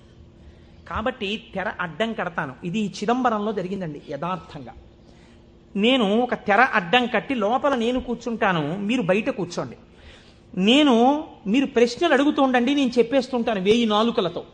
ఒక్క నియమం, 1000 నాలుకలతో నేను కష్టపడి 1000 మంది శిష్యులకు సమాధానం చెప్పడానికి కూర్చుని ఉండగా ఎవడైనా సరే నేను పాఠం పూర్తయిందనే లోపల లేచి వెళ్ళిపోతే వాడు బ్రహ్మరాక్షసుడైపోతాడని చెప్పి శాపం పెడుతున్నానన్నారు. 1000 మంది శిష్యులు కూర్చున్నారు. కొంతమందికి అసలు ప్రారంభంలోనే అనుమానాలు ఉంటాయి. అలాంటి వాళ్ళు కూడా ఉంటారు. ఇప్పుడు ఇది మోక్షద్వారం, ఇందులో దూరితే మోక్షం వస్తుంది అన్నాం అనుకోండి, ఇది ఎవరు పెట్టారండి అంటాడు. వెంటనే వాళ్ళు వచ్చారు. అసలు ముందు తెలుసుకోవడం కన్నా అనుమానాలు ఎక్కువ. అక్కడే పతనం ప్రారంభం. విన్నదాన్ని మననం చేసి దీన్ని మనం ఎంత అనుష్ఠానంలోకి తెద్దామని చూడకుండా మనం ఎన్ని అనుమానాలు ఇందులో తెచ్చేసుకుందాం అనేటప్పటికీ అవి ఎప్పటికీ ఆగవు. మీకు ఎప్పటికీ ఆగవు అనుమానాలు. ఇప్పుడు ఏమైపోయింది, ఇందులో ఒకటికి అనుమానం వచ్చింది. ఏమిటో వెళ్ళిపోతే బ్రహ్మరాక్షసుడు అంటున్నాడు. ఈ మాట వినగానే అసలు నాకు తోచడం మానేసింది. అసలు ఈయన మొదలెట్టే లోపలే కాసేపు బయటికి వెళ్ళి తిరిగి వస్తే మనశ్శాంతిగా ఉంటుంది. పాఠం మొదలెట్టే లోపల వచ్చేద్దామని ముందే వెళ్ళిపోయాడు ఆయన. పాఠం మొదలెట్టేటప్పటికి వద్దాం, కాస్త మనశ్శాంతి వస్తుంది. లేకపోతే ఈయన ఏమిటో లోపల నేను 1000 నాలుకలు అంటున్నాడు, తెరత్తకూడదు అంటున్నాడు, ఓరు నాయనో ఇదంతా ఏ గొడవగా ఉంటుందో, వెళ్ళిపోతే బ్రహ్మరాక్షసుడు అంటున్నాడు. ముందే కాస్త తిరిగి వస్తే, అలా తిరిగి వచ్చేస్తే కాస్త మనశ్శాంతిగా ఉంటుంది. అప్పుడు వచ్చి కూర్చుందాం పాఠానికని ముందే వెళ్ళిపోయాడు. అంటే ఎలా ఉంటారో చూడండి లోకం. ఇప్పుడు పతంజలి వ్యాఖ్యానం మొదలుపెట్టారు. 1000 నాలుకలతో చెప్పేస్తున్నారు ఆయన పాఠం. ఒక ఆయనకి అనుమానం వచ్చింది, ఏమిట్రా 1000 మంది అడుగుతున్నాం, 1000 మందికి చెప్పేస్తున్నాడు సమాధానాలు, ఎలా చెప్తున్నాడు రా ఈయన? తెర అడ్డం కట్టాడు, నేను చెప్తాను లేండి అన్నాడు. నిజంగా అసలు ఎలా చెప్పగలుగుతున్నాడో ఒక్కసారి చూద్దామని. చూడండి, సేవ చేస్తున్నారు పరమాత్మకి అని తెరడ్డం పెడితే ముందు వరుసలో కూర్చున్నవాడు తెరెత్తి చూస్తుంటాడు. ఎంత తప్పది అంటే అది కూడా భక్తి. కాబట్టి అలా ఆ పతంజలి అటు కూర్చుని ఉండగా ఒక శిష్యుడు ఏం చేశాడంటే మెల్లిగా తెరెత్తాడు. తెరెత్తి చూశాడు. చూసేటప్పటికి విషపు గాలి వాడు ఒక్కడి మీదకే పెడుతుందా? ఈ 999 మంది బూడిదైపోయాడు. అట్నుంచి ప్రశ్న ఆగిపోయింది. ఆగిపోగానే పతంజలికి అనుమానం వచ్చింది.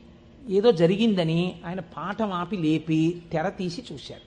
బూడిద రాసులు ఉన్నాయి. అరేరే చచ్చిపోయారా 1000 మంది అనుకున్నారు. ఇంతలో పాఠం వినడానికి కొంచెం మనశ్శాంతితో వద్దామన్నవాడు వచ్చాడు. నువ్వు ఎక్కడికి వెళ్ళావురా అని అడిగాడు ఆయన. అది నేను చెప్తాను కానీ వీళ్ళు ఏమిటంటే 999 బూడిద కుప్పలు ఏమిటండి అన్నాడు. వాడు బుర్ర మరీ పాడైపోయాడు. ఆయన అన్నారు, కంగారు పడకు, నేను ముందే చెప్పాను కదా తెరెత్తద్దని. ఎవడో ఎత్తాడు, బూడిదైపోయారు. నువ్వు మాత్రం ఒక్క శిష్యుడు మిగిలావురా, మీకు 1000 మందికి పాఠం చెప్తానన్నాను, కనీసం ఒక్కడే మిగిలావు, నీకు చెప్తాను పాఠం అన్నారు. వాడు హడిలిపోయాడు. అయ్య బాబోయ్ పాఠమే అని. ఇప్పుడు పతంజలి అన్నారు, నీకేం చెప్పను, కంగారు పడకు, నీకు నేను అనుగ్రహించేస్తున్నాను, నీకు వ్యాకరణం అంతా భాషించేసింది, నీకు వచ్చేసింది వ్యాకరణ భాష. వింధ్య పర్వత శిఖరాల దగ్గర నిలబడ్డాడు. వింధ్య పర్వతానికి కిందకి దక్షిణ దేశం, పైకి ఉత్తర దేశం. పూర్వం ఔత్తరాహులు అంటే ఉత్తర దేశంలో వాళ్ళు వ్యాకరణం నేర్చుకోవడానికి దక్షిణానికి చిదంబరం వెళ్ళేవారు. చిదంబరం నుంచి ఉత్తరం పాటలీపుత్రానికి వెడుతుండేవారు. అవంతి వెళ్ళడం కూడా ఉండేది, ఉజ్జయిని. కాబట్టి ఆయన అక్కడ కూర్చుని పోయారు. పెద్ద రావి చెట్టు ఎక్కి కూర్చున్నాడు. బ్రహ్మరాక్షసుడు కదా, బాగా వ్యాకరణం వచ్చింది. అందుకని ఇటుగా వస్తున్న వాళ్ళని ఆపేవాడు. ఆ రోజుల్లో వ్యాకరణం నేర్చుకోవాలి అంటే, ఆ రోజుల్లో ఏంటి యథార్థం అంతే, వ్యాకరణం నేర్చుకోవాలి అన్నా, వేదం నేర్చుకోవాలి అన్నా ఉపనయనం చేసుకోవాలి. ఉపనయనం చేసుకుని గాయత్రీమాత యొక్క అనుగ్రహాన్ని పొందితే తప్ప వేదం చదవడానికి కానీ వ్యాకరణం చదువుకోవడానికి కానీ అర్హత ఇచ్చేవారు కాదు. కాబట్టి ఇప్పుడు ఈయన ఉపనయనం అయిపోయినటువంటి బ్రహ్మచారులు ఎవరైనా వ్యాకరణం నేర్చుకోవడానికి ఎడుతుంటే వాళ్ళని ఆపుతుండేవాడు.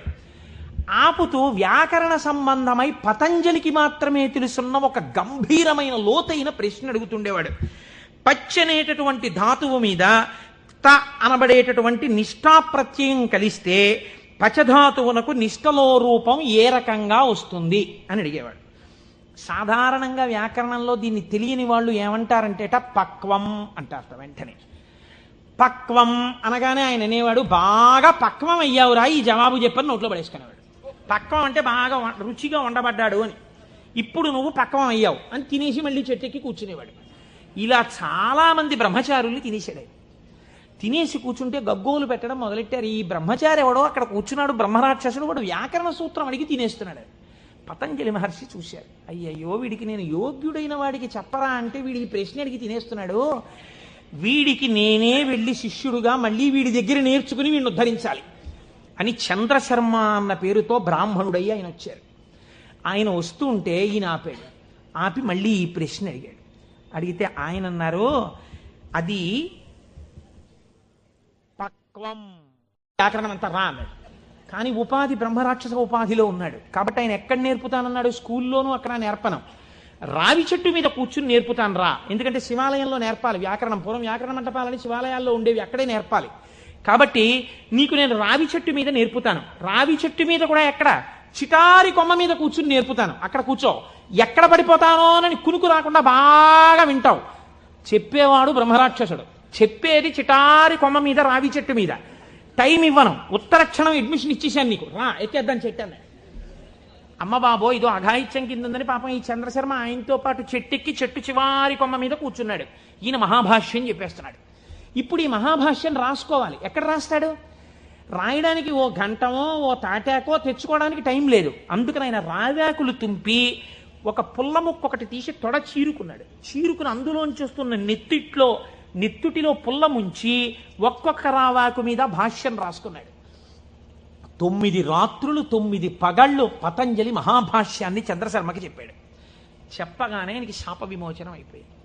శాప విమోచనం అయిపోయిన తర్వాత ఇప్పుడు నాకు బ్రహ్మరాక్షసుడిగా ఇంతకాలం బతిగాక పూర్ణ వైరాగ్యం వచ్చేసింది. కాబట్టి ఇంక నేను ఒక గురువు యొక్క పాదములను ఆశ్రయించి సన్యాస దీక్ష తీసుకుని నా జీవితాన్ని తరింప చేసుకుంటానని శుకబ్రహ్మ యొక్క పాదములు పట్టుకుని గౌడపాదాచార్యుల వారైన వారు వారే. మనం శంకరాచార్యుల వారి గురు పరంపరలో గౌడపాదాచార్యుల వారిని చెప్తాం. ఎవరో తెలుసా అండి ఆ గౌడపాదాచార్యుల వారు? ఈ బ్రహ్మరాక్షసుడే గౌడపాదులు అయ్యారు. గౌడపాదులై శుకబ్రహ్మ యొక్క పాదములు పట్టుకుని సన్యాస దీక్ష తీసుకుని గౌడపాదాచార్య పేరుతో ఉన్నారాయన. ఈ చంద్రశర్మ ఈ రావాకుల మీద రాసుకున్న మహాభాష్యం అంతా ఓ బట్టలో మూట కట్టాడు. మూట కట్టుకుని వెళ్ళిపోతున్నాడు ఆయన. వెళ్ళిపోతుంటే పాపం 9 రాత్రులు 9 పగళ్ళు నిద్ర లేదు. అడవిలో ఒక చోట మూట తల కింద పెట్టుకుని నిద్రపోతున్నాడు. ఎక్కడి నుంచో మేక వచ్చింది. ఇవేవో రావాకులు బాగానే ఉన్నాయని ఆ మూటలో మూతెట్టి లాగేసి కొన్ని ఆకులు తినేసి, ఇప్పుడు ఆ వ్యాకరణంలో ఉన్న మహాభాష్యంలో పోయిన ఆకుల్ని ఏమని పిలుస్తారో తెలుసా అండి? అజభక్షిత భాష్యము అని పిలుస్తారు. మేక చేత తినబడిన భాష్యం అని పేరు దానికి. అది మేక తినేసి మిగిలిన మూట కట్టుకుని అడవిలో పడుకుంటే ఇబ్బందిగా ఉందని ఆయన ఒక ఊరిలోకి వచ్చి ఒక వైశ్యుడి ఇంటి అరుగు మీద పడుకుని నిద్రపోయారు. 9 రాత్రులు 9 పగళ్ళు అన్నం లేదు, నిద్ర లేదు. శరీరం శోషించిపోయింది, నిద్ర లేదు. ఇంకా ఎంత గాఢ నిద్ర పట్టేసిందంటే ఆకలి కూడా చూసుకోకుండా నిద్రపోతున్నారు. ఆ వైశ్యుడికి ఒక కన్యారత్నం ఉంది. ఆ అమ్మాయి చూసి ఈయన నిద్దట్లోనే మరణిస్తాడేమో అని బెంగపెట్టుకుని ఒక గొప్ప వైద్య చికిత్స చేసింది. ఇప్పుడు మనం ఆ సిలైన్లవి ఎక్కించాలంటే శరీరానికి సూదితో పొడిచి ఎక్కిస్తాం. మన ఆయుర్వేద శాస్త్రం అలా ఒప్పుకోలేదు. ఎందుకంటే పతంజలి 3ంటికి వ్యాఖ్యానం ఇచ్చారు. మనస్సు, వాక్కు, కాయము. మనస్సు కోసమని యోగ సూత్రాలు ఇచ్చారు ఆయన, వాక్కు కోసం వ్యాకరణం ఇచ్చారు. అలాగే మనస్సు, వాక్కు, కాయము, శరీరం ఆరోగ్యంగా ఉండడానికి చరకుడి యొక్క ఆయుర్వేద సూత్రాలకి భాష్యం చేశారు ఆయన. 3ంటికి భాష్యం ఇచ్చారు. ఆ పిల్ల వైద్య శాస్త్రంలో దిట్ట. ఈ అమ్మాయి ఏం చేసిందంటే పెరుగన్నం బాగా మెత్తగా కలిపేసి ఈ పెరుగన్నాన్ని తీసుకొచ్చి ఒంటి నిండా పూసేసింది ఈ బ్రాహ్మణ పిల్లవాడికి, ఈ చంద్రశర్మకి. పెరుగన్నం తొందరగా రోమరంధ్రాల్లోంచి లోపలికి వెళ్ళిపోతుంది. అది లోపలికి వెళ్ళిపోయి ఈ పిల్లవాడికి బలం వచ్చింది. బలం వచ్చి 9 రోజుల భోజనం లేని స్థితి నుంచి శక్తిని పొందాడు. శక్తిని పొంది తెలివచ్చి అమ్మయ్యా బడలికా పోయింది, సత్తువా వచ్చిందని ఆ మూట చూసుకున్నాడు. మూట ఉంది, మూట పట్టుకుని వెళ్ళిపోతున్నాడు. వెళ్ళిపోతుంటే వైశ్యుడు ఎదురొచ్చాడు. ఏమయ్యా నిన్ను మా అమ్మాయి ఎందుకు బతికించుకుందో తెలుసా? నీ చూడచక్కని రూపాన్ని చూసి బ్రతికించుకుంది, నువ్వు మా అమ్మాయిని పెళ్లి చేసుకోవాలన్నాడు. ఇదేమిటయా నాకు వైరాగ్యం వచ్చింది, నేనేదో సన్యాసం తీసుకుందామని వెళ్ళిపోతున్నాను, నువ్వు మీ అమ్మాయిని పెళ్లి చేసుకోమంటావేంటి? నేను చేసుకోనన్నారు ఆయన. వెళ్ళిపోతుంటే ఇలా కాదు, నువ్వు ఇంత ఉపకారం పొంది నా కూతురు మనస్సు భగ్నం చేసి వెళ్ళిపోతున్నావు కాబట్టి మనం రాజు దగ్గరికి వెడదాం తీర్పుకి పదన్నారు. సరే పద అయితే అన్నారు. చంద్రశర్మ వైశ్యుడు ఇద్దరు రాజుగారి అంతఃపురంలోకి వెళ్ళారు. రాజుగారు అంత దూరం నుంచి పిల్లాడిని చూశారు. చూసి ఎందుకు వస్తున్నాడో తర్వాత అడుగుదాం కానీ ఎంత బాగున్నాడో ఈ పిల్లాడిని దగ్గరికి రాగానే నాకు ఒక్కతే కూతురయ్యా, నీకిచ్చి పెళ్లి చేసి సింహాసనం మీద కూర్చోపెడదాం అనుకుంటున్నాను, నువ్వు మా అమ్మాయిని పెళ్లి చేసుకోవాలన్నారు. రాజాజ్ఞ, కాదంటే కుత్తుకు తీసేస్తాడు. అయ్య బాబోయ్, ఒక పిల్లే వద్దనుకుంటే 2 పిల్లలు చుట్టుకున్నారేమిటండి నాకు అని ఈయన చెప్పేలోగానే మంత్రిని పిలిపించి ఈ పిల్లాడు ఎలా ఉన్నాడు అల్లుండి చేసుకుందాం అనుకుంటున్నానన్నారు. ఆహాహా, ఏమి తేజోమూర్తి అండి ఇలాంటి వాడు.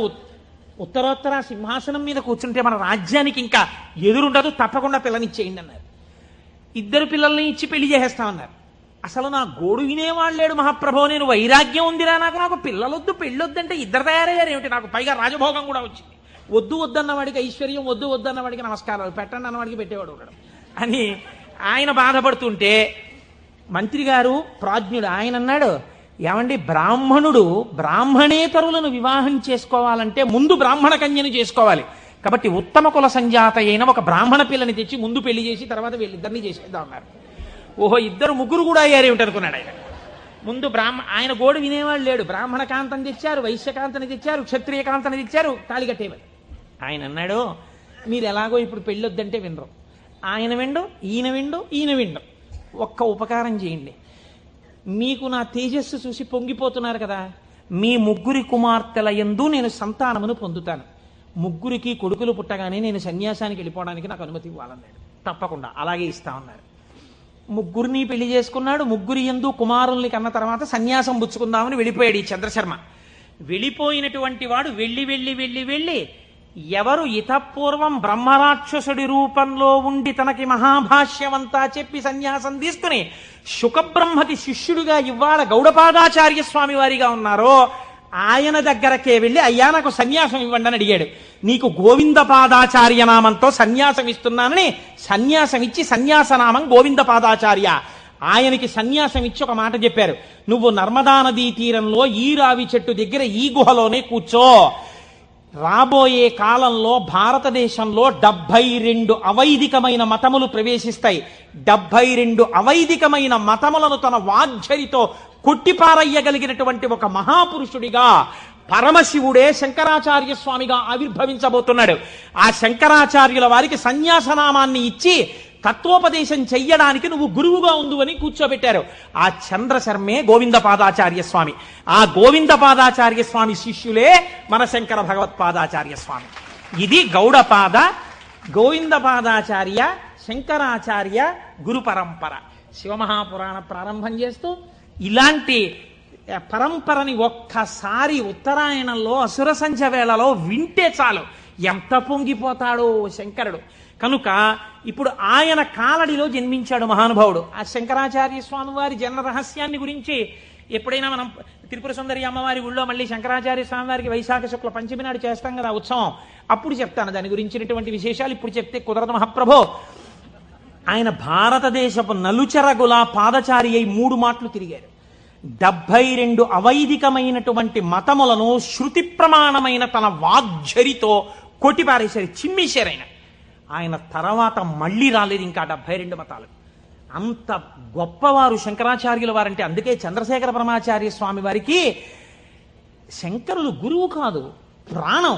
అందుకే అపర శంకరాచార్యులు వారు అయ్యారు చంద్రశేఖర పరమాచార్య స్వామి.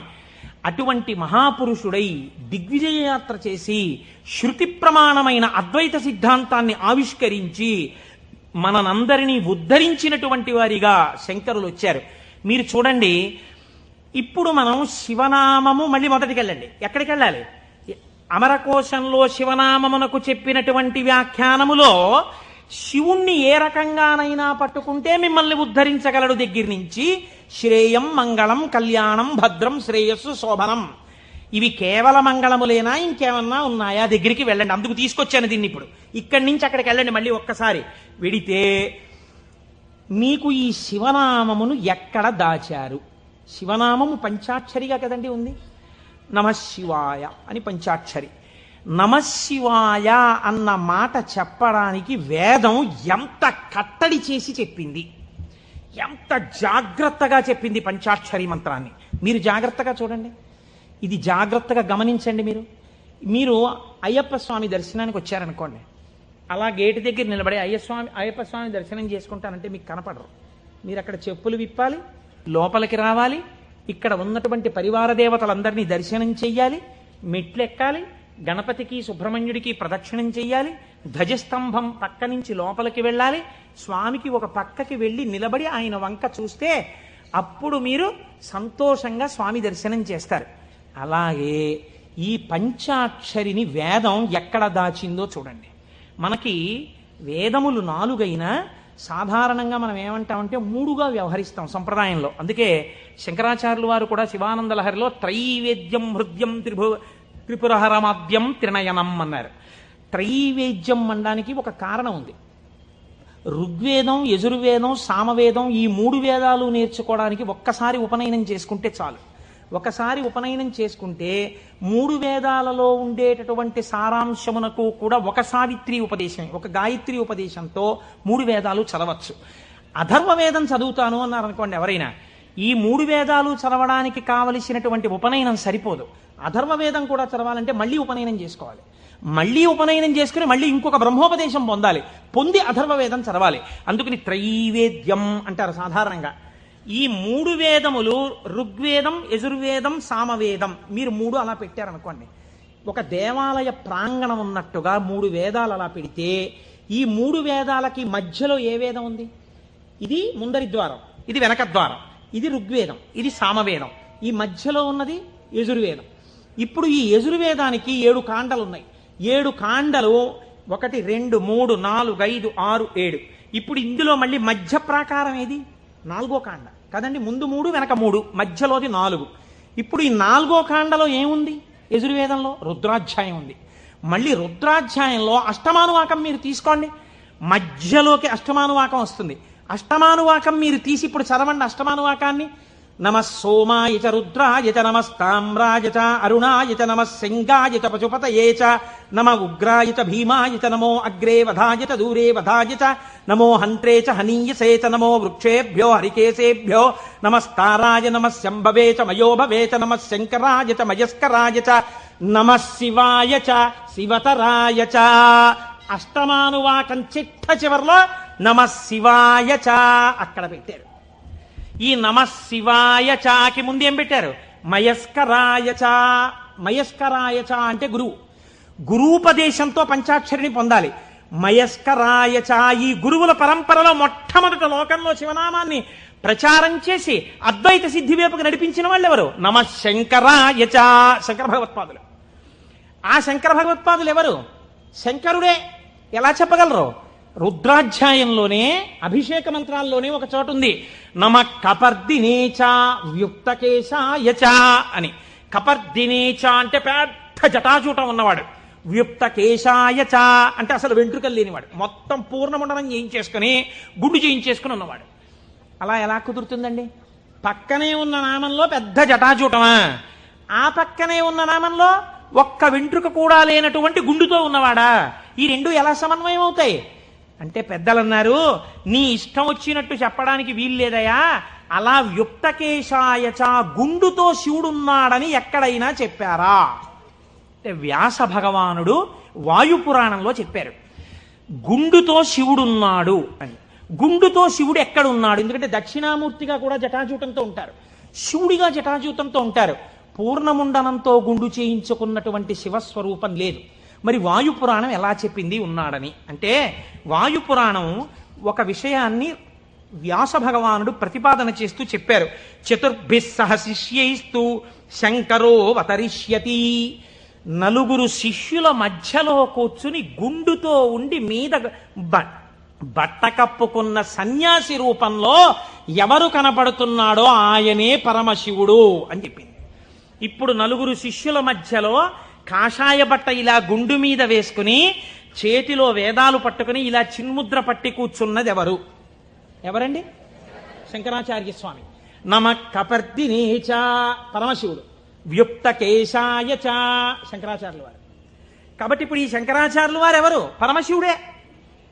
రుద్రాధ్యాయంలో రహస్యంగా చెప్పేసింది. ఎప్పుడో రాబోయేటటువంటి శంకరావతారాన్ని రుద్రాధ్యాయం చెప్పింది. ఆయన్ని మయస్కరాయచ, ఆ శంకరుల గురు పరంపర ఉన్నదే అది సదాశివ సమారంభాం, లేకపోతే నారాయణ సమారంభాం, వ్యాస శంకర మధ్యమాం, అస్మదాచార్య పర్యంతాం వందే గురు పరంపరాం.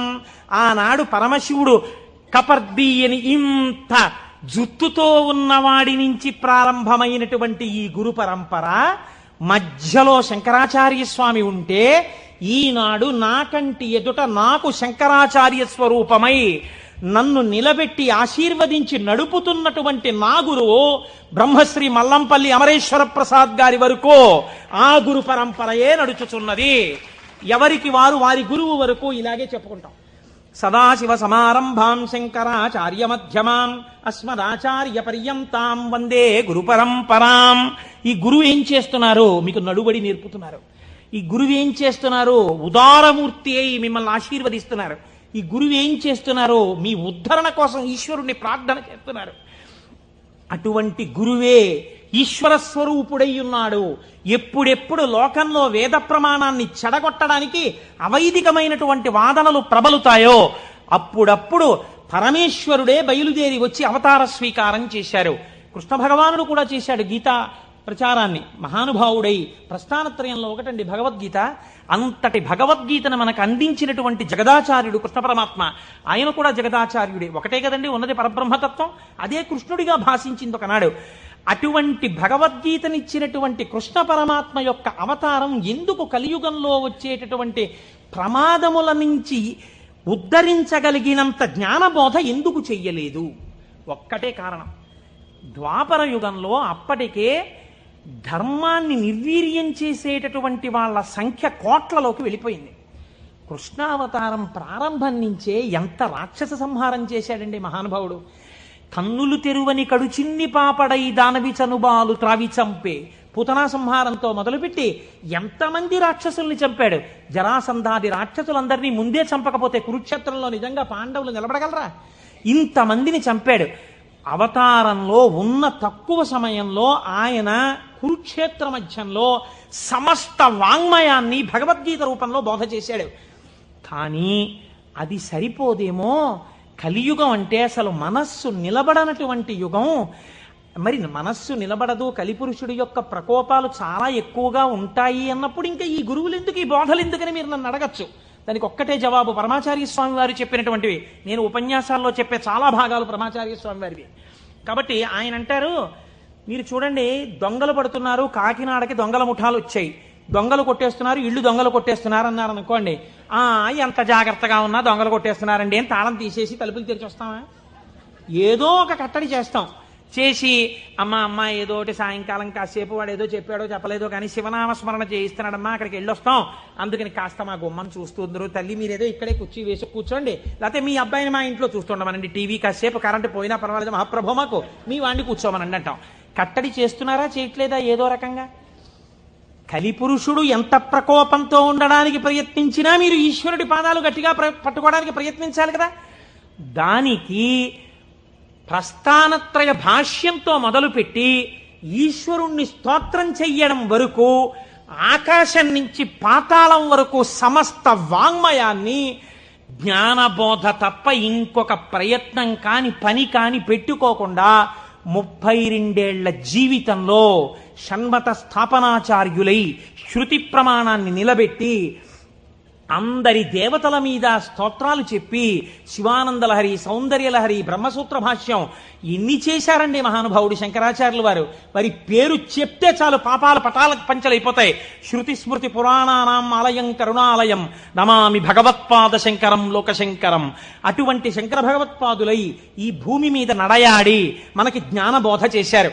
ఇప్పుడు చెప్పండి, శుభం, కళ్యాణం, శ్రేయం, భద్రం, శోభనం ఇవన్నీ ఎందులోకి వెళ్ళిపోతాయి? జ్ఞానంలోకి వెళ్ళిపోతాయి. జ్ఞానం కన్నా గొప్ప కళ్యాణం, జ్ఞానం కన్నా గొప్ప శుభం, జ్ఞానం కన్నా భద్రం, జ్ఞానం కన్నా శ్రేయం, జ్ఞానం కన్నా శోభనం ఇంకున్నాయా? ప్రపంచంలో లేవు.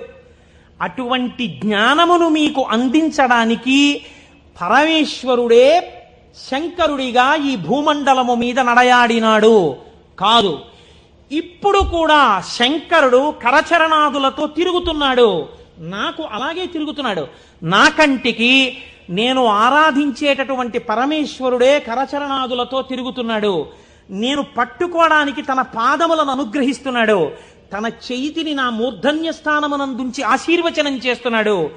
నాకు అనుమానం వస్తే రాత్రనక పగలనక నేను వెళ్ళి పరిగెత్తుకెళ్ళి కూర్చుని, గురువుగారు దీనికి ఎలా చెప్పాలండి అంటే, నాన్న నీకు ఫోన్ చేసి చెప్తాను, ఇప్పుడు టైం లేదని ఫోన్ చేసి, నాన్న నువ్వు అడిగిన శ్లోకానికి ఇది వ్యాఖ్యానం అని ఫోన్ చేసి చెప్పగలిగినటువంటి ఉదారుడై ఆ పరమశివుడు, ఆ శంకరుడు నాకు మల్లంపల్లి అమరేశ్వర ప్రసాద్గా నడయాడుతున్నారు. మీకు మీ గురువుగా నడయాడుతున్నారు. తిరుగుతున్నారా? తిరగట్లేదా? పరంపరగా నడయాడుచున్నారు. ఇది శివం, ఇది మంగళం, ఇది భద్రం, ఇది శ్రేయం, ఇది శోభనం.